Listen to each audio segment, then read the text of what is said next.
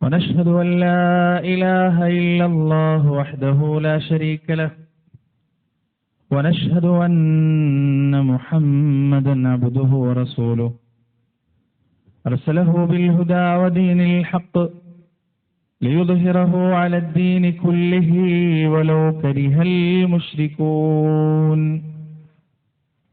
أما بعد فإن خير الحديث كتاب الله وخير الهدي هدي محمد صلى الله عليه وسلم وشر الأمور محدثاتها وكل محدثة بدعة وكل بدعة ضلالة وكل ضلالة في النار يا أيها الذين آمنوا اتقوا الله حق تقاته ولا تموتن إلا وأنتم مسلمون اللهم صل على محمد وعلى آل محمد كما صليت على إبراهيم وعلى آل إبراهيم إنك حميد مجيد اللهم بارك على محمد وعلى آل محمد كما باركت على إبراهيم وعلى آل إبراهيم إنك حميد مجيد أعوذ بالله من الشيطان الرجيم واستفزز من استطعت منهم بصوتك وأجلب عليهم بخيلك ورجلك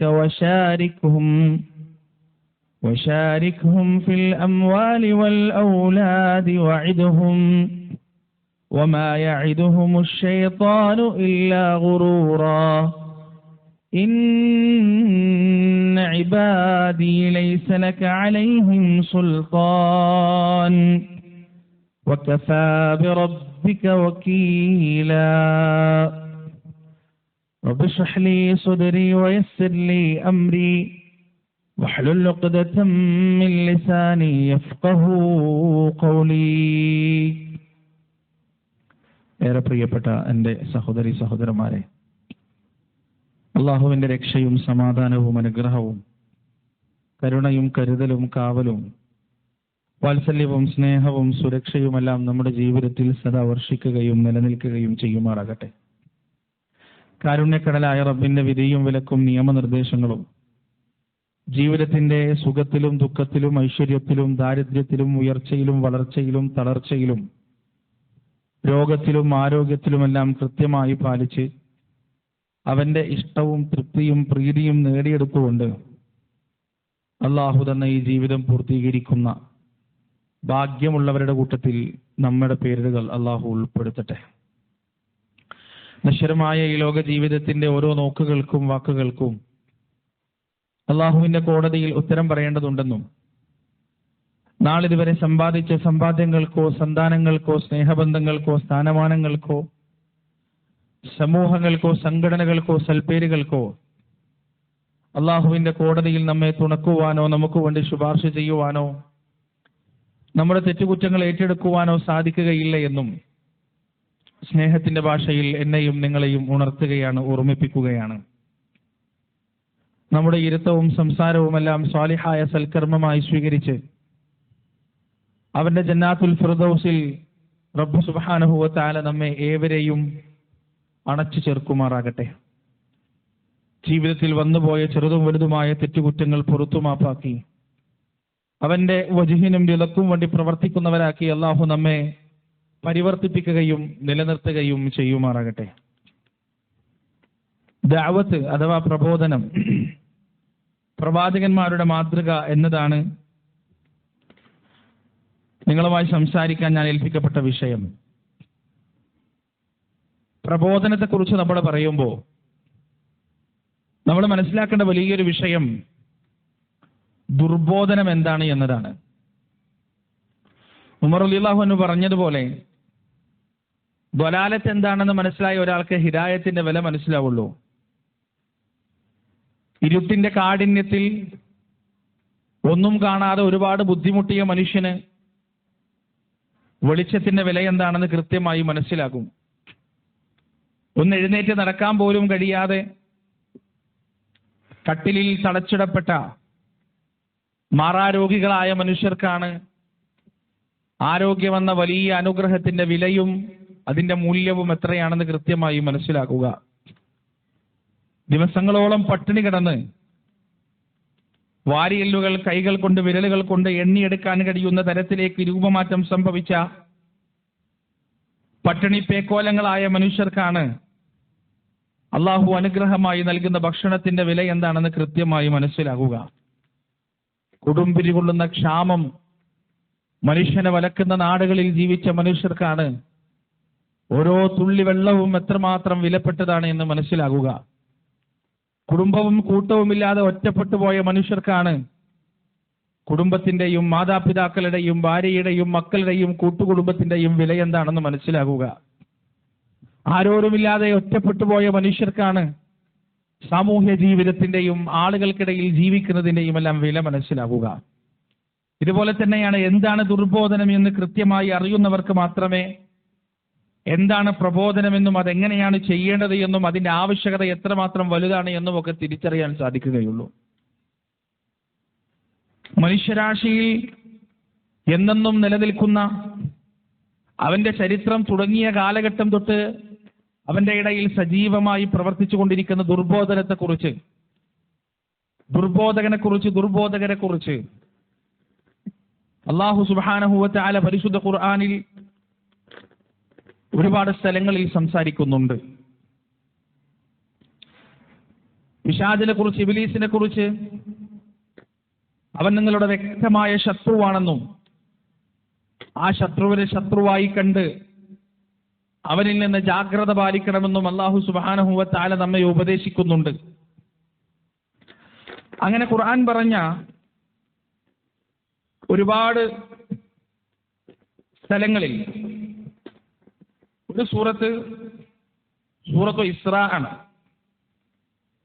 സൂറത്തു ഇസ്രായിലൂടെ റബ്ബ് സുബ്ഹാനഹു വ തആല മനുഷ്യരാശിയിൽ ഉടലെടുക്കാൻ പോകുന്ന അവന്റെ ചരിത്രത്തിന്റെ തുടക്കം തൊട്ട് തന്നെ അവന്റെ കൂടെ സഞ്ചരിച്ച് അവന്റെ കൂടെയുള്ള ആ മഹാദുർബോധകനെ കുറിച്ചും അവന്റെ പ്രവർത്തനങ്ങളെക്കുറിച്ചും അവന്റെ പ്രവർത്തനത്തിന്റെ പരിധിയെക്കുറിച്ചും എല്ലാം വളരെ കൃത്യമായി പഠിപ്പിച്ചു തരുന്നുണ്ട്. സൂറത്ത് ഇസ്രാഇന്റെ 61-ാമത്തെ ആയത്തിലൂടെ അല്ലാഹു സുബ്ഹാനഹു വ തആല പറയാൻ, وَإِذْ قُلْنَا لِلْمَلَائِكَةِ اسْجُدُوا لِآدَمَ فَسَجَدُوا إِلَّا إِبْلِيسَ قَالَ أَأَسْجُدُ لِمَنْ خَلَقْتَ طِينًا. അല്ലാഹു സുബ്ഹാനഹു വ തആല മലക്കുകളോട് ആദം അലൈഹിസ്സലാത്തു വസ്സലാമിന്റെ മുന്നിൽ സുജൂദ് ചെയ്യാൻ പറയുകയാണ്. അള്ളാഹുവിന്റെ കൽപ്പനയാണ്. മലക്കുകൾ മുഴുവൻ സുജൂദ് ചെയ്തു. ആ മലക്കുകളോടൊപ്പം സ്ഥാനം നൽകപ്പെട്ട ഇബ്ലീസ് സുജൂദ് ചെയ്തില്ല, ശൈത്താൻ സുജൂദ് ചെയ്തില്ല. അവനതാ അള്ളാഹുവിനോട് പറയുകയാണ്, ഖാല അസ്ജുദു ലിമൻ ഖലഖത തീനാ, നീ മണ്ണ് കൊണ്ട് സൃഷ്ടിച്ചുണ്ടാക്കിയ എന്നേക്കാൾ എത്രയോ അപകർഷകരമായ ഈ പടപ്പിന്റെ മുന്നിൽ ഞാൻ എന്തിനാണ് സുജൂദ് ചെയ്യുന്നത്? ഈ സൃഷ്ടിയുടെ മുന്നിലാണോ ഞാൻ സുജൂദ് ചെയ്യേണ്ടത് എന്ന് ഇബ്ലീസ് അല്ലാഹുവിനോട് അഹങ്കാരം പറയുകയാണ്. എന്നിട്ട് പറയുകയാണ്, ഖാല അറഅയ്തക ഹാദല്ലദീ കറംത അലൈ, അല്ലാഹുവേ, ഈ മനുഷ്യനാണോ നീ എന്നേക്കാൾ ബഹുമതിയും ആദരവും നൽകിയത്? ലഇൻ അഖർതനി ഇലാ യൗമിൽ ഖിയാമത്തി ലഅഹ്തനികന്ന ദുർരിയതഹു ഇല്ലാ ഖലീലാ, നീ എനിക്ക് ലോകത്തിന്റെ അവസാനം വരെ ആയുസ് തരികയാണെങ്കിൽ, ഖിയാമത്ത് നാൾ വരെ ആയുസ് തരികയാണെങ്കിൽ, ലഅഹ്തനികന്ന ദുർരിയതഹു ഇല്ലാ ഖലീലാ, അവരിൽ വളരെ ചുരുക്കം ആളുകളൊഴികെ മറ്റു മനുഷ്യരെ മുഴുവൻ ഞാൻ വഴിപിഴപ്പിച്ചു കളയുന്നതാണ്, വഴികേടിലാക്കി കളയുന്നതാണ്. ഖാല ഇദ്ഹബ് ഫമൻ തബിഅക മിൻഹും ഫഇന്ന ജഹന്നമ ജസാഉകും ജസാഅൻ മഗ്ഫൂറാ, അല്ലാഹുവിന്റെ മറുപടിയാണ്, നീ ഇറങ്ങിപ്പോകുക, എന്റെ അനുഗ്രഹത്തിൽ നിന്ന് എന്റെ തൃപ്തിയിൽ നിന്ന്, എന്റെ പൊരുത്തത്തിൽ നിന്ന്, എന്റെ ഇഷ്ടത്തിൽ നിന്ന് നീ ഇറങ്ങിപ്പോകുക. ആരാണോ നിന്നെ പിൻപറ്റുന്നത് അവരെ കൊണ്ടും നിന്നെ കൊണ്ടും ഞാൻ നരകം നിറക്കുക തന്നെ ചെയ്യുന്നതാണ്. എന്നിട്ട് അല്ലാഹു പറയുകയാണ്, നിനക്ക് കഴിയുന്നവരെ അവരിൽ നിന്ന് നിന്റെ ശബ്ദത്തിലൂടെ നീ ഇളക്കി വിട്ടുകൊള്ളുക. നിന്റെ കാലാൾപ്പടയെയും നിന്റെ കുതിരപ്പടയെയും നീ അവർക്കെതിരിൽ സജ്ജമാക്കിക്കൊള്ളുക.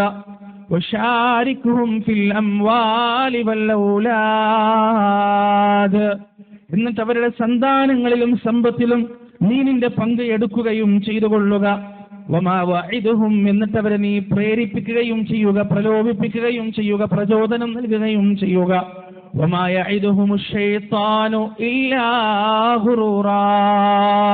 പിശാചിന്റെ പ്രലോഭനം എന്ന് പറയുന്നത്, പിശാചിന്റെ പ്രചോദനം എന്ന് പറയുന്നത് അത് വഞ്ചനയിലേക്കല്ലാതെ മറ്റൊന്നുമല്ല, അത് ചതിയിലേക്കല്ലാതെ മറ്റൊന്നുമല്ല.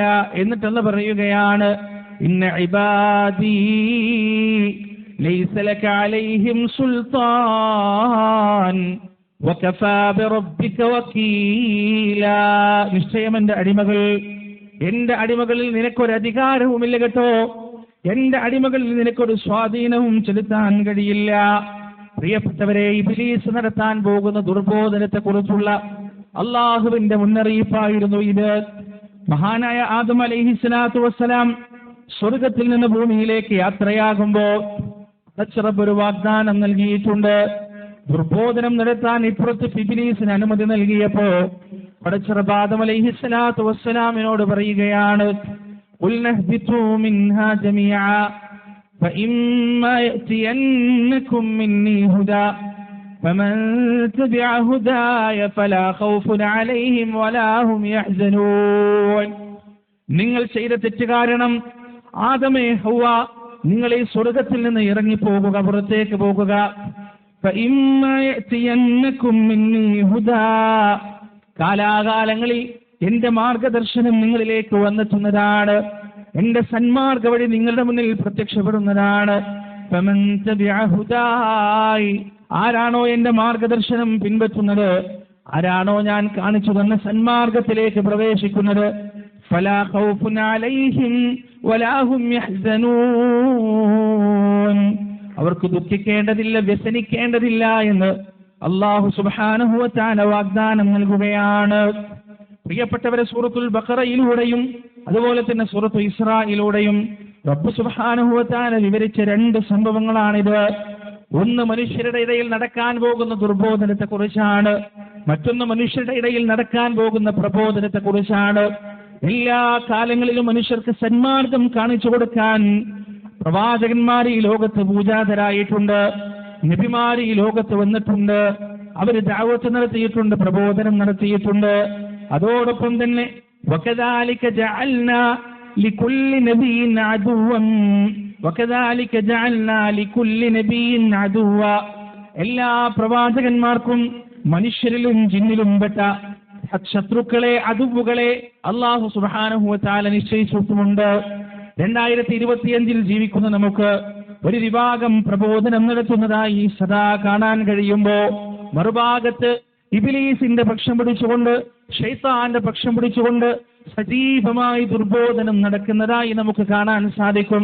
ധർമ്മത്തെക്കുറിച്ച് ഒരു വശത്ത് സംസാരിക്കുമ്പോൾ അധർമ്മത്തെ പ്രോത്സാഹിപ്പിക്കുന്നവരെ ഇപ്പുറത്ത് നമുക്ക് കാണാൻ സാധിക്കും. സദാചാരത്തെക്കുറിച്ച് ഒരു വശത്ത് സംസാരിക്കുമ്പോൾ ദുരാചാരങ്ങളെക്കുറിച്ചും ലൈംഗിക അരാജകത്വങ്ങളെക്കുറിച്ചും സംസാരിക്കുന്ന ഒരു വിഭാഗത്തെ മറുവശത്ത് നമുക്ക് കാണാൻ സാധിക്കും. കുടുംബ ബന്ധങ്ങളെ കുറിച്ച് ഒരു വശത്ത് സംസാരിക്കുമ്പോൾ ലിബറലിസത്തെ കുറിച്ച് സംസാരിക്കുന്ന വൃത്തികെട്ട മനുഷ്യന്മാരെ ഒരു ഭാഗത്ത് നമുക്ക് കാണാൻ സാധിക്കും. ലൈംഗികമായ സദാചാരത്തെക്കുറിച്ചും അച്ചടക്കത്തെക്കുറിച്ചും സംസാരിക്കുമ്പോൾ ഹോമോസെക്ഷാലിറ്റിയെക്കുറിച്ചും സ്വർഗാനുരാഗത്തെക്കുറിച്ചും സ്വതന്ത്ര ലൈംഗികതയെക്കുറിച്ചുമെല്ലാം വാദോരാതെ സംസാരിച്ച് അതിനെ ന്യായീകരിക്കുന്നവരൊരു ഭാഗത്ത് നമുക്ക് കാണാൻ സാധിക്കും. തൗഹീദ് ശക്തമായ ഒരു ഭാഗത്ത് പറയുമ്പോൾ ശിർക്കിന്റെ പ്രചാരകരായി അള്ളാഹുവിന്റെ വഴിയിൽ നിന്ന് മനുഷ്യരെ തെറ്റിക്കാൻ സദാ കിണഞ്ഞു പരിശ്രമിച്ചു കൊണ്ടിരിക്കുന്ന മനുഷ്യന്മാരെ ഒരു ഭാഗത്ത് നമുക്ക് കാണാൻ സാധിക്കും. സുന്നത്ത് എന്താണെന്നൊരു ഭാഗത്ത് പഠിപ്പിക്കപ്പെട്ടുകൊണ്ടിരിക്കുമ്പോൾ മറുഭാഗത്ത് മുസ്ലിം ഉമ്മത്തിനെ വലിയ രീതിയിൽ ബിദ്അത്തിലേക്ക് നയിച്ചു കൊണ്ടുപോകുന്ന പുരോഹിത വർഗത്തെ നമുക്ക് കാണാൻ സാധിക്കും. നന്മയെക്കുറിച്ചും സുഹൃതത്തെക്കുറിച്ചും സത്യത്തെക്കുറിച്ചും സ്നേഹത്തെക്കുറിച്ചും എല്ലാം ഒരു ഭാഗത്ത് പഠിപ്പിക്കപ്പെടുമ്പോൾ തിന്മയെക്കുറിച്ചും വൃത്തികേടിനെ കുറിച്ചും വെറുപ്പിനെക്കുറിച്ചും വൈരാഗ്യത്തെക്കുറിച്ചും പരവിദ്വേഷത്തെക്കുറിച്ചുമെല്ലാം പഠിപ്പിക്കുന്ന ഒരു വലിയ വിഭാഗത്തെ നമുക്ക് കാണാൻ സാധിക്കും. പ്രിയപ്പെട്ടവരെ, പ്രബോധനം ഒരു ഭാഗത്ത് എക്കാലവും നടക്കും, ദുർബോധനവും ഒരു കാലത്ത് എക്കാലവും നടക്കും. യഥാർത്ഥത്തിൽ മുസ്ലിം ഉമ്മത്തിനെ റസൂലുള്ളാഹി സ്വല്ലല്ലാഹു അലൈഹി വസല്ലമ ഏൽപ്പിച്ചുപോയ ദൗത്യമാണ് ദഅവത്ത് എന്നത്, പ്രബോധനം എന്നത്. അവിടുത്തെ അവസാനത്തെ പ്രസംഗത്തിൽ, അവസാനത്തെ ഖുതുബയിൽ, ഹജ്ജത്തുൽ വിദാഇൽ റസൂലുള്ളാഹി സ്വല്ലല്ലാഹു അലൈഹി വസല്ലമ തന്റെ മുന്നിൽ കൂടി നിൽക്കുന്ന 1,00,000-ൽ പരം വരുന്ന സ്വഹാബികളോട് പറഞ്ഞിട്ടുണ്ട്, ബല്ലിഗു അന്നി വലൗ ആയ, നിങ്ങൾ പ്രബോധനത്തിലിറങ്ങുക. എല്ലാം പഠിച്ചു കഴിഞ്ഞിട്ടല്ല, എല്ലാം തികഞ്ഞു കഴിഞ്ഞിട്ടല്ല, കിതാബ് മുഴുവൻ വായിക്കാൻ പഠിച്ചിട്ടല്ല, അറബി ഭാഷയിൽ ബിരുദവും ബിരുദാനന്തര ബിരുദവും എടുത്തതിന് ശേഷമല്ല, ഹദീസിന്റെ ഗ്രന്ഥങ്ങൾ മുഴുവൻ മനഃപ്പാഠമാക്കിയതിനു ശേഷമല്ല, ഫിഖ്ഹിന്റെ ഗ്രന്ഥങ്ങൾ മുഴുവൻ കലക്കി കുടിച്ചതിന് ശേഷമല്ല, ഉസൂലുൽ ഹദീസ് മുഴുവൻ ഗ്രാഹ്യം നേടിയതിനു ശേഷമല്ല, മറിച്ച് ബല്ലിഗു അന്നി വലൗ ആയ, എന്നിൽ നിന്നൊരായത്താണ് നിങ്ങൾക്കറിയുന്നതെങ്കിൽ, ഒരു വചനമാണ് നിങ്ങൾക്കറിയുന്നതെങ്കിൽ അത് മാലോകർക്ക് എത്തിച്ചു കൊടുക്കാനുള്ള ബാധ്യത മുസ്ലിമേ നിനക്കുണ്ട് എന്ന് പറഞ്ഞിട്ടാണ് പ്രവാചകൻ സല്ലല്ലാഹു അലൈഹി വസല്ലം ഈ ലോകത്ത് നിന്ന് വിടവാങ്ങിയത്. പ്രിയപ്പെട്ടവരെ, ഹിദായത്ത് സ്വീകരിക്കാൻ ഭാഗ്യം ലഭിച്ച ജന്മം കൊണ്ടോ കർമ്മം കൊണ്ടോ നേടിയെടുത്തതാകട്ടെ, ഹിദായത്ത് നേടിയെടുക്കാൻ ഭാഗ്യം ലഭിച്ച ഓരോ മനുഷ്യരുടെയും ബാധ്യതയാണ് ആ ഹിദായത്ത് ഒരിക്കലും ഒരു പ്രൈവറ്റ് പ്രോപ്പർട്ടിയല്ല എന്ന് മനസ്സിലാക്കുക എന്നത്. ആ ഹിദായത്ത് കിട്ടിയ, ആ ഹിദായത്തിലൂടെ കിട്ടിയ വെളിച്ചമുണ്ടല്ലോ, അത് മറ്റുള്ളവർക്ക് പകർന്നു കൊടുക്കുക എന്നത് ഓരോ മുസ്ലിമിന്റെയും ബാധ്യതയാണ്, ഓരോ സത്യവിശ്വാസിയുടെയും ബാധ്യതയാണ്. എന്റെ പ്രിയപ്പെട്ടവരെ, ആ പ്രബോധനത്തിനൊരു മുൻഗണനാക്രമമുണ്ട്. മഹാനായ ഇബ്നുൽ ഖയ്യിം ജൗസി റഹിമഹുല്ലാഹ് അദ്ദേഹം വിവരിച്ചു തരുന്നുണ്ട്. പിശാചവന്റെ ദുർബോധനം നടത്തുക 6 വഴികളിലൂടെയാണ്. 6 വഴികളിലൂടെയാണ് പിശാചവന്റെ ദുർബോധനം നടത്തുക. മനുഷ്യനെ വഴിതെറ്റിക്കാൻ പിശാചിന് 6 വഴികളുണ്ട്. ആ 6 വഴികൾ കൃത്യമായി അദ്ദേഹം നമുക്ക് വിവരിച്ചു തരുന്നുണ്ട്.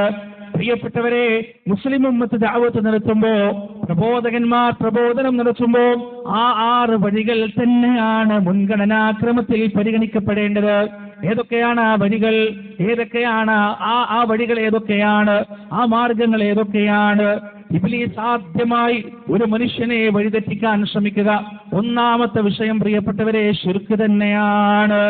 അവന്റെ വിശ്വാസം നശിപ്പിക്കുക എന്നതാണ്, അവന്റെ ഈമാൻ നശിപ്പിക്കുക എന്നതാണ്, അവന്റെ വിശ്വാസപരമായ തേജസ്സും ഓജസ്സും നശിപ്പിക്കുക എന്നതാണ്. കാരണം ഒരാൾ ശിർക്ക് ചെയ്താൽ സംഭവിക്കാൻ പോകുന്നത് എന്താണ്? ശിർക്ക് ചെയ്ത് മരിച്ചുപോയൊരു മനുഷ്യന്, തൗബ ചെയ്യാതെ മരിച്ചുപോയൊരു മനുഷ്യന് ഒരിക്കലും മാപ്പ് നൽകുകയില്ല എന്ന് റബ്ബ് സുബ്ഹാനഹു വ തആല വളരെ വ്യക്തമായി പരിശുദ്ധ ഖുർആനിൽ നമുക്ക് പഠിപ്പിച്ചു തന്നിട്ടുണ്ട്. ഇന്നല്ലാഹ ലാ യഗ്ഫിറു അൻ യുശ്റക ബിഹി വയഗ്ഫിറു മാ ദൂന ദാലിക ലിമൻ യശാ വമൻ യുശ്രിക് ബില്ലാഹ് ഫഖദ് ضل ضلالا بعيدا فقد افترى إثما عظيما. എത്ര കൃത്യമായിട്ടാണ് ആ ആയത്ത് തുടങ്ങുന്നത് തന്നെ. ഇന്നല്ലാഹ, നിശ്ചയം അല്ലാഹു, ലാ യഗ്ഫിറു, ഒരിക്കലും പൊറുക്കുകയില്ല തന്നെ, അയ്യുശ്റക ബിഹി, അവനിൽ പങ്കു ചേർക്കുന്നത്, അവന് മാത്രം നൽകേണ്ട ഇബാദത്തുകൾ, അവന് മാത്രം നൽകേണ്ട ദുആകൾ, അവന് മാത്രം നൽകേണ്ട ആരാധനകൾ അത് മറ്റൊരാൾക്ക് നൽകപ്പെടുക എന്നത് ഒരിക്കലും പൊറുക്കപ്പെടാത്ത അക്ഷന്തവ്യമായ പാപമാണെന്ന് പരിശുദ്ധ ഖുർആനിൽ പടച്ചറബ് വളരെ കൃത്യമായി പഠിപ്പിച്ചു തരുന്നു. വയഗ്ഫിറു മാ ദൂന ദാലിക ലിമൻ യശാ, അതല്ലാത്ത പാപങ്ങൾ തൗബ ചെയ്യട്ടെ ചെയ്യാതിരിക്കട്ടെ, ഒരുപക്ഷെ അവന്റെ ജീവിതത്തിന്റെ കർമ്മങ്ങൾ പരിഗണിച്ചുകൊണ്ട് പടച്ചറബ് പുറത്തു കൊടുത്തേക്കാം. എന്നാൽ വമൻ യുശ്രിക് ബില്ലാഹ്, ആരാണോ അല്ലാഹുവിൽ പങ്കു ചേർക്കുന്നത്, ഫഖദ് ضل ضلالا بعيدا, അവൻ വിദൂരമായ വഴികേടിലാക്കാണ് എത്തിപ്പെട്ടിരിക്കുന്നത് എന്ന് പരിശുദ്ധ ഖുർആൻ വളരെ വ്യക്തമായി നമുക്ക് പഠിപ്പിച്ചു തരികയാണ്. നോക്ക് നിങ്ങൾ പ്രിയപ്പെട്ടവരെ, ഒരു മനുഷ്യനെ കൊണ്ട് ശിർക്ക് ചെയ്യിക്കാൻ സാധിച്ചാൽ, ആ ശിർക്കിലൂടെ അവനെ മരണം വരെ കൊണ്ടുപോകാൻ സാധിച്ചാൽ, പിന്നീട് അവന് വിദൂരമായ പ്രതീക്ഷകൾ പോലും നിലനിൽക്കുന്നില്ല. അവന് മോചനത്തിന്റെ വഴി ഒരിക്കലും തുറക്കപ്പെടുകയില്ല, അവന് മഗ്ഫിറത്തിന്റെ വഴി ഒരിക്കലും തുറക്കപ്പെടുകയില്ല. അതുകൊണ്ടാണ് ശിർക്കിലൂടെ മനുഷ്യനെ വഴിതെറ്റിക്കാൻ പിശാച് സദാ കിണഞ്ഞ് പരിശ്രമിച്ചു കൊണ്ടിരിക്കുന്നത്. ആ ശിർക്കിന്റെ അപകടത്തെക്കുറിച്ച് പരിശുദ്ധ ഖുർആൻ എത്രയോ സ്ഥലങ്ങളിൽ വളരെ കൃത്യമായി നമുക്ക് പഠിപ്പിച്ചു തന്നിട്ടുണ്ട്.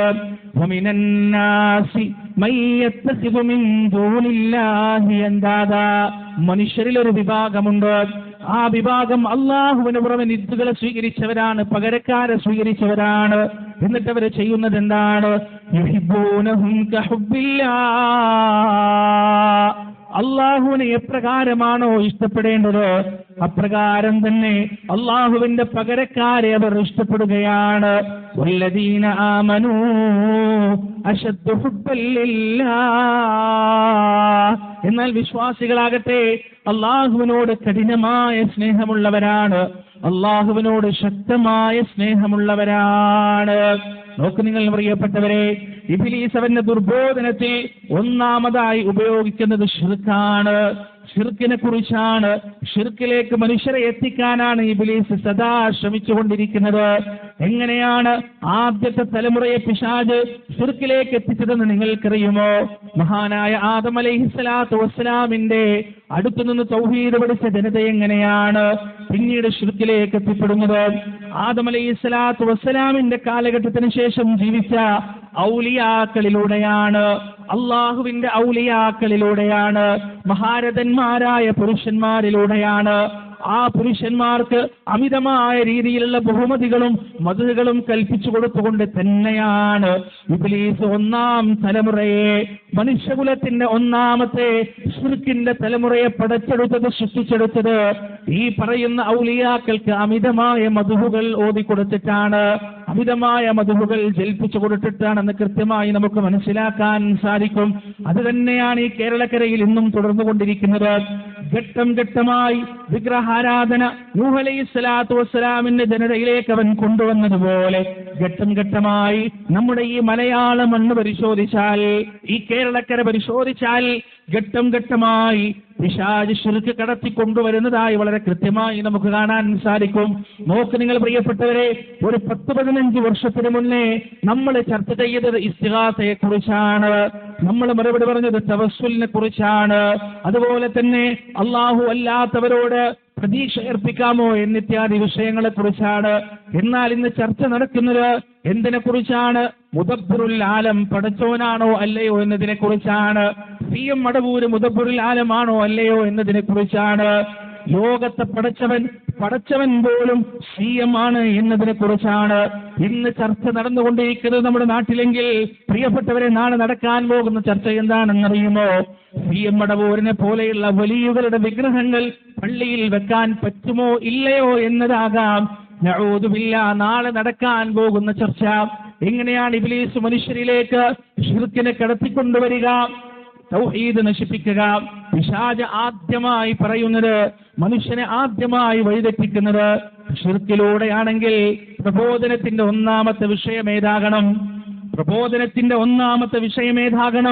അല്ലാഹുവിന്റെ റസൂല് പറഞ്ഞു തരുന്നുണ്ട്, അഫ്ദലു മാ ഖുൽതു അന വന്നബിയ്യൂന മിൻ ഖബ്ലി ഖൗലു ലാ ഇലാഹ ഇല്ലല്ലാഹ്. എത്ര കൃത്യമാണ്, എത്ര വ്യക്തമാണ്, എത്ര സുതാര്യമാണ്. പഠിച്ചറബ് അള്ളാന്റെ റസൂല് കൃത്യമായി നമുക്ക് പറഞ്ഞു തന്നു, അഫ്ദലു മാ ഖുൽതു, ഞാൻ പറഞ്ഞതിൽ വെച്ച് ഏറ്റവും നല്ലതെന്താണെന്നറിയുമോ?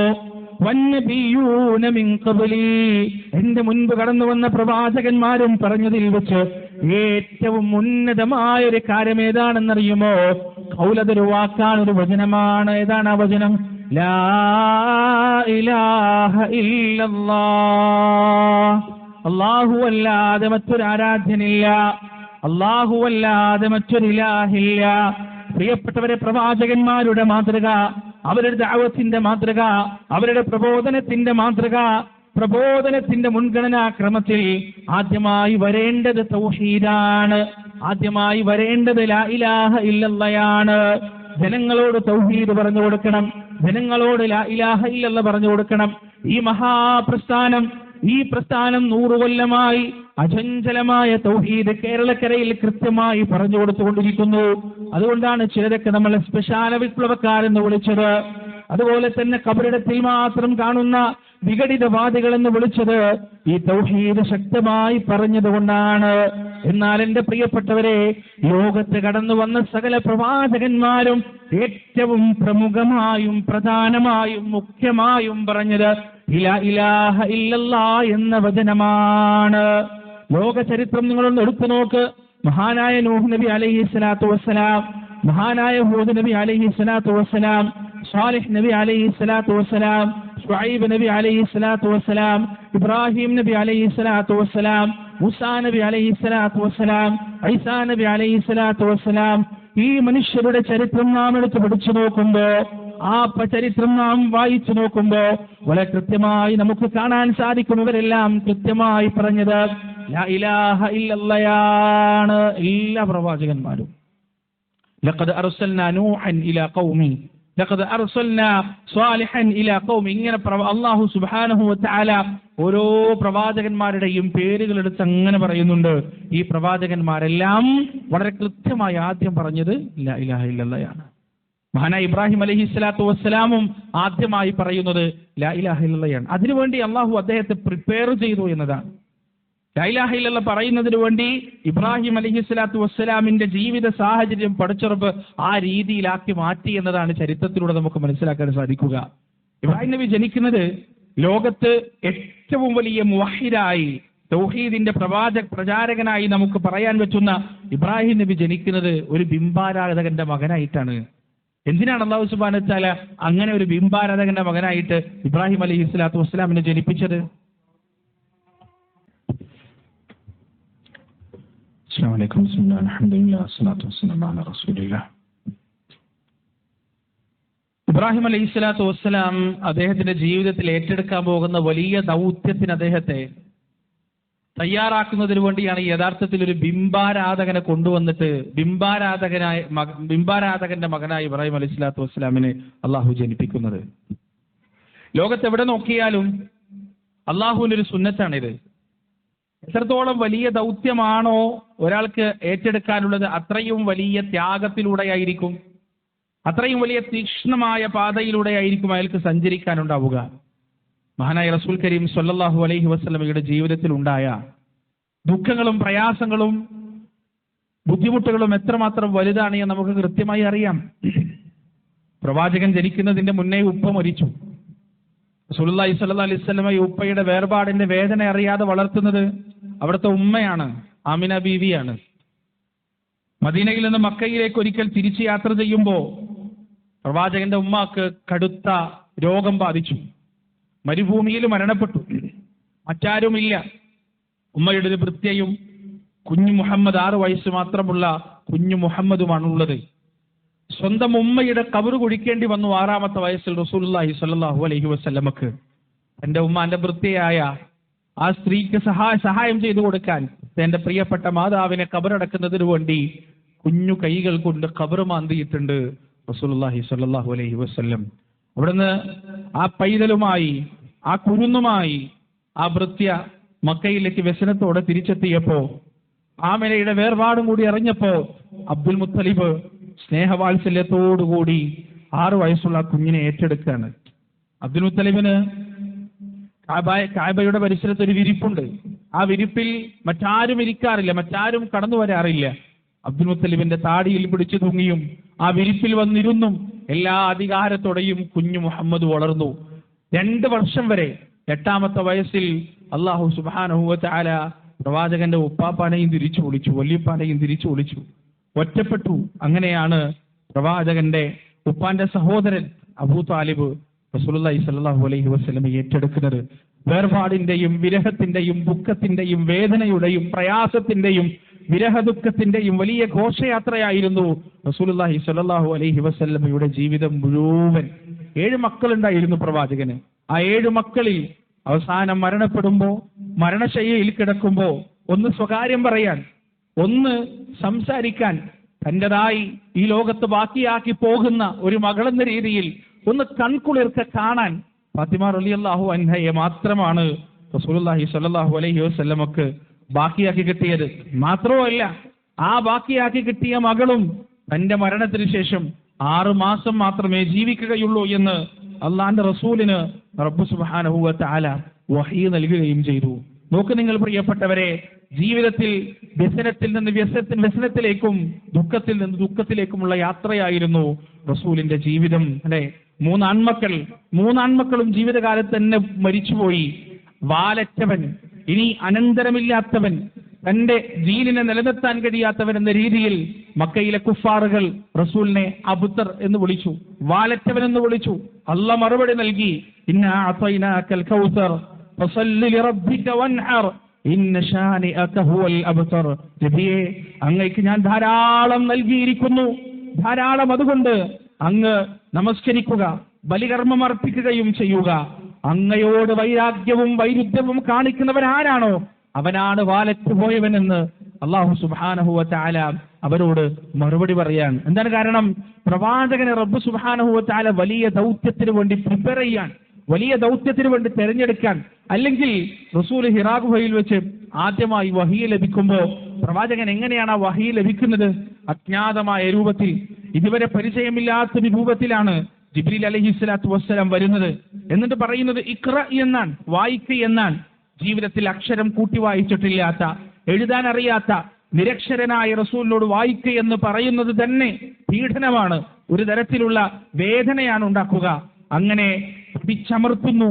ആ ഞെരിഞ്ഞമരുന്ന സമയത്ത്, ആത്മാവും ശരീരവും ഞെരിഞ്ഞമറുന്ന സമയത്താണ് ആദ്യമായ വഹീന്റെ വചനങ്ങൾ അല്ലാഹു സുബ്ഹാനഹു വ തആല പ്രവാചകന്റെ മനസ്സിലേക്ക് ഇട്ടുകൊടുക്കുന്നത്. ഇഖ്റ ബിസ്മി റബ്ബിക്കല്ലദീ ഖലഖ് ഖലഖൽ ഇൻസാന മിൻ അലഖ് ഇഖ്റ വറബ്ബുക്കൽ അക്രം അല്ലദീ അല്ലമ ബിൽ ഖലം അല്ലമൽ ഇൻസാന മാ ലം യഅലം.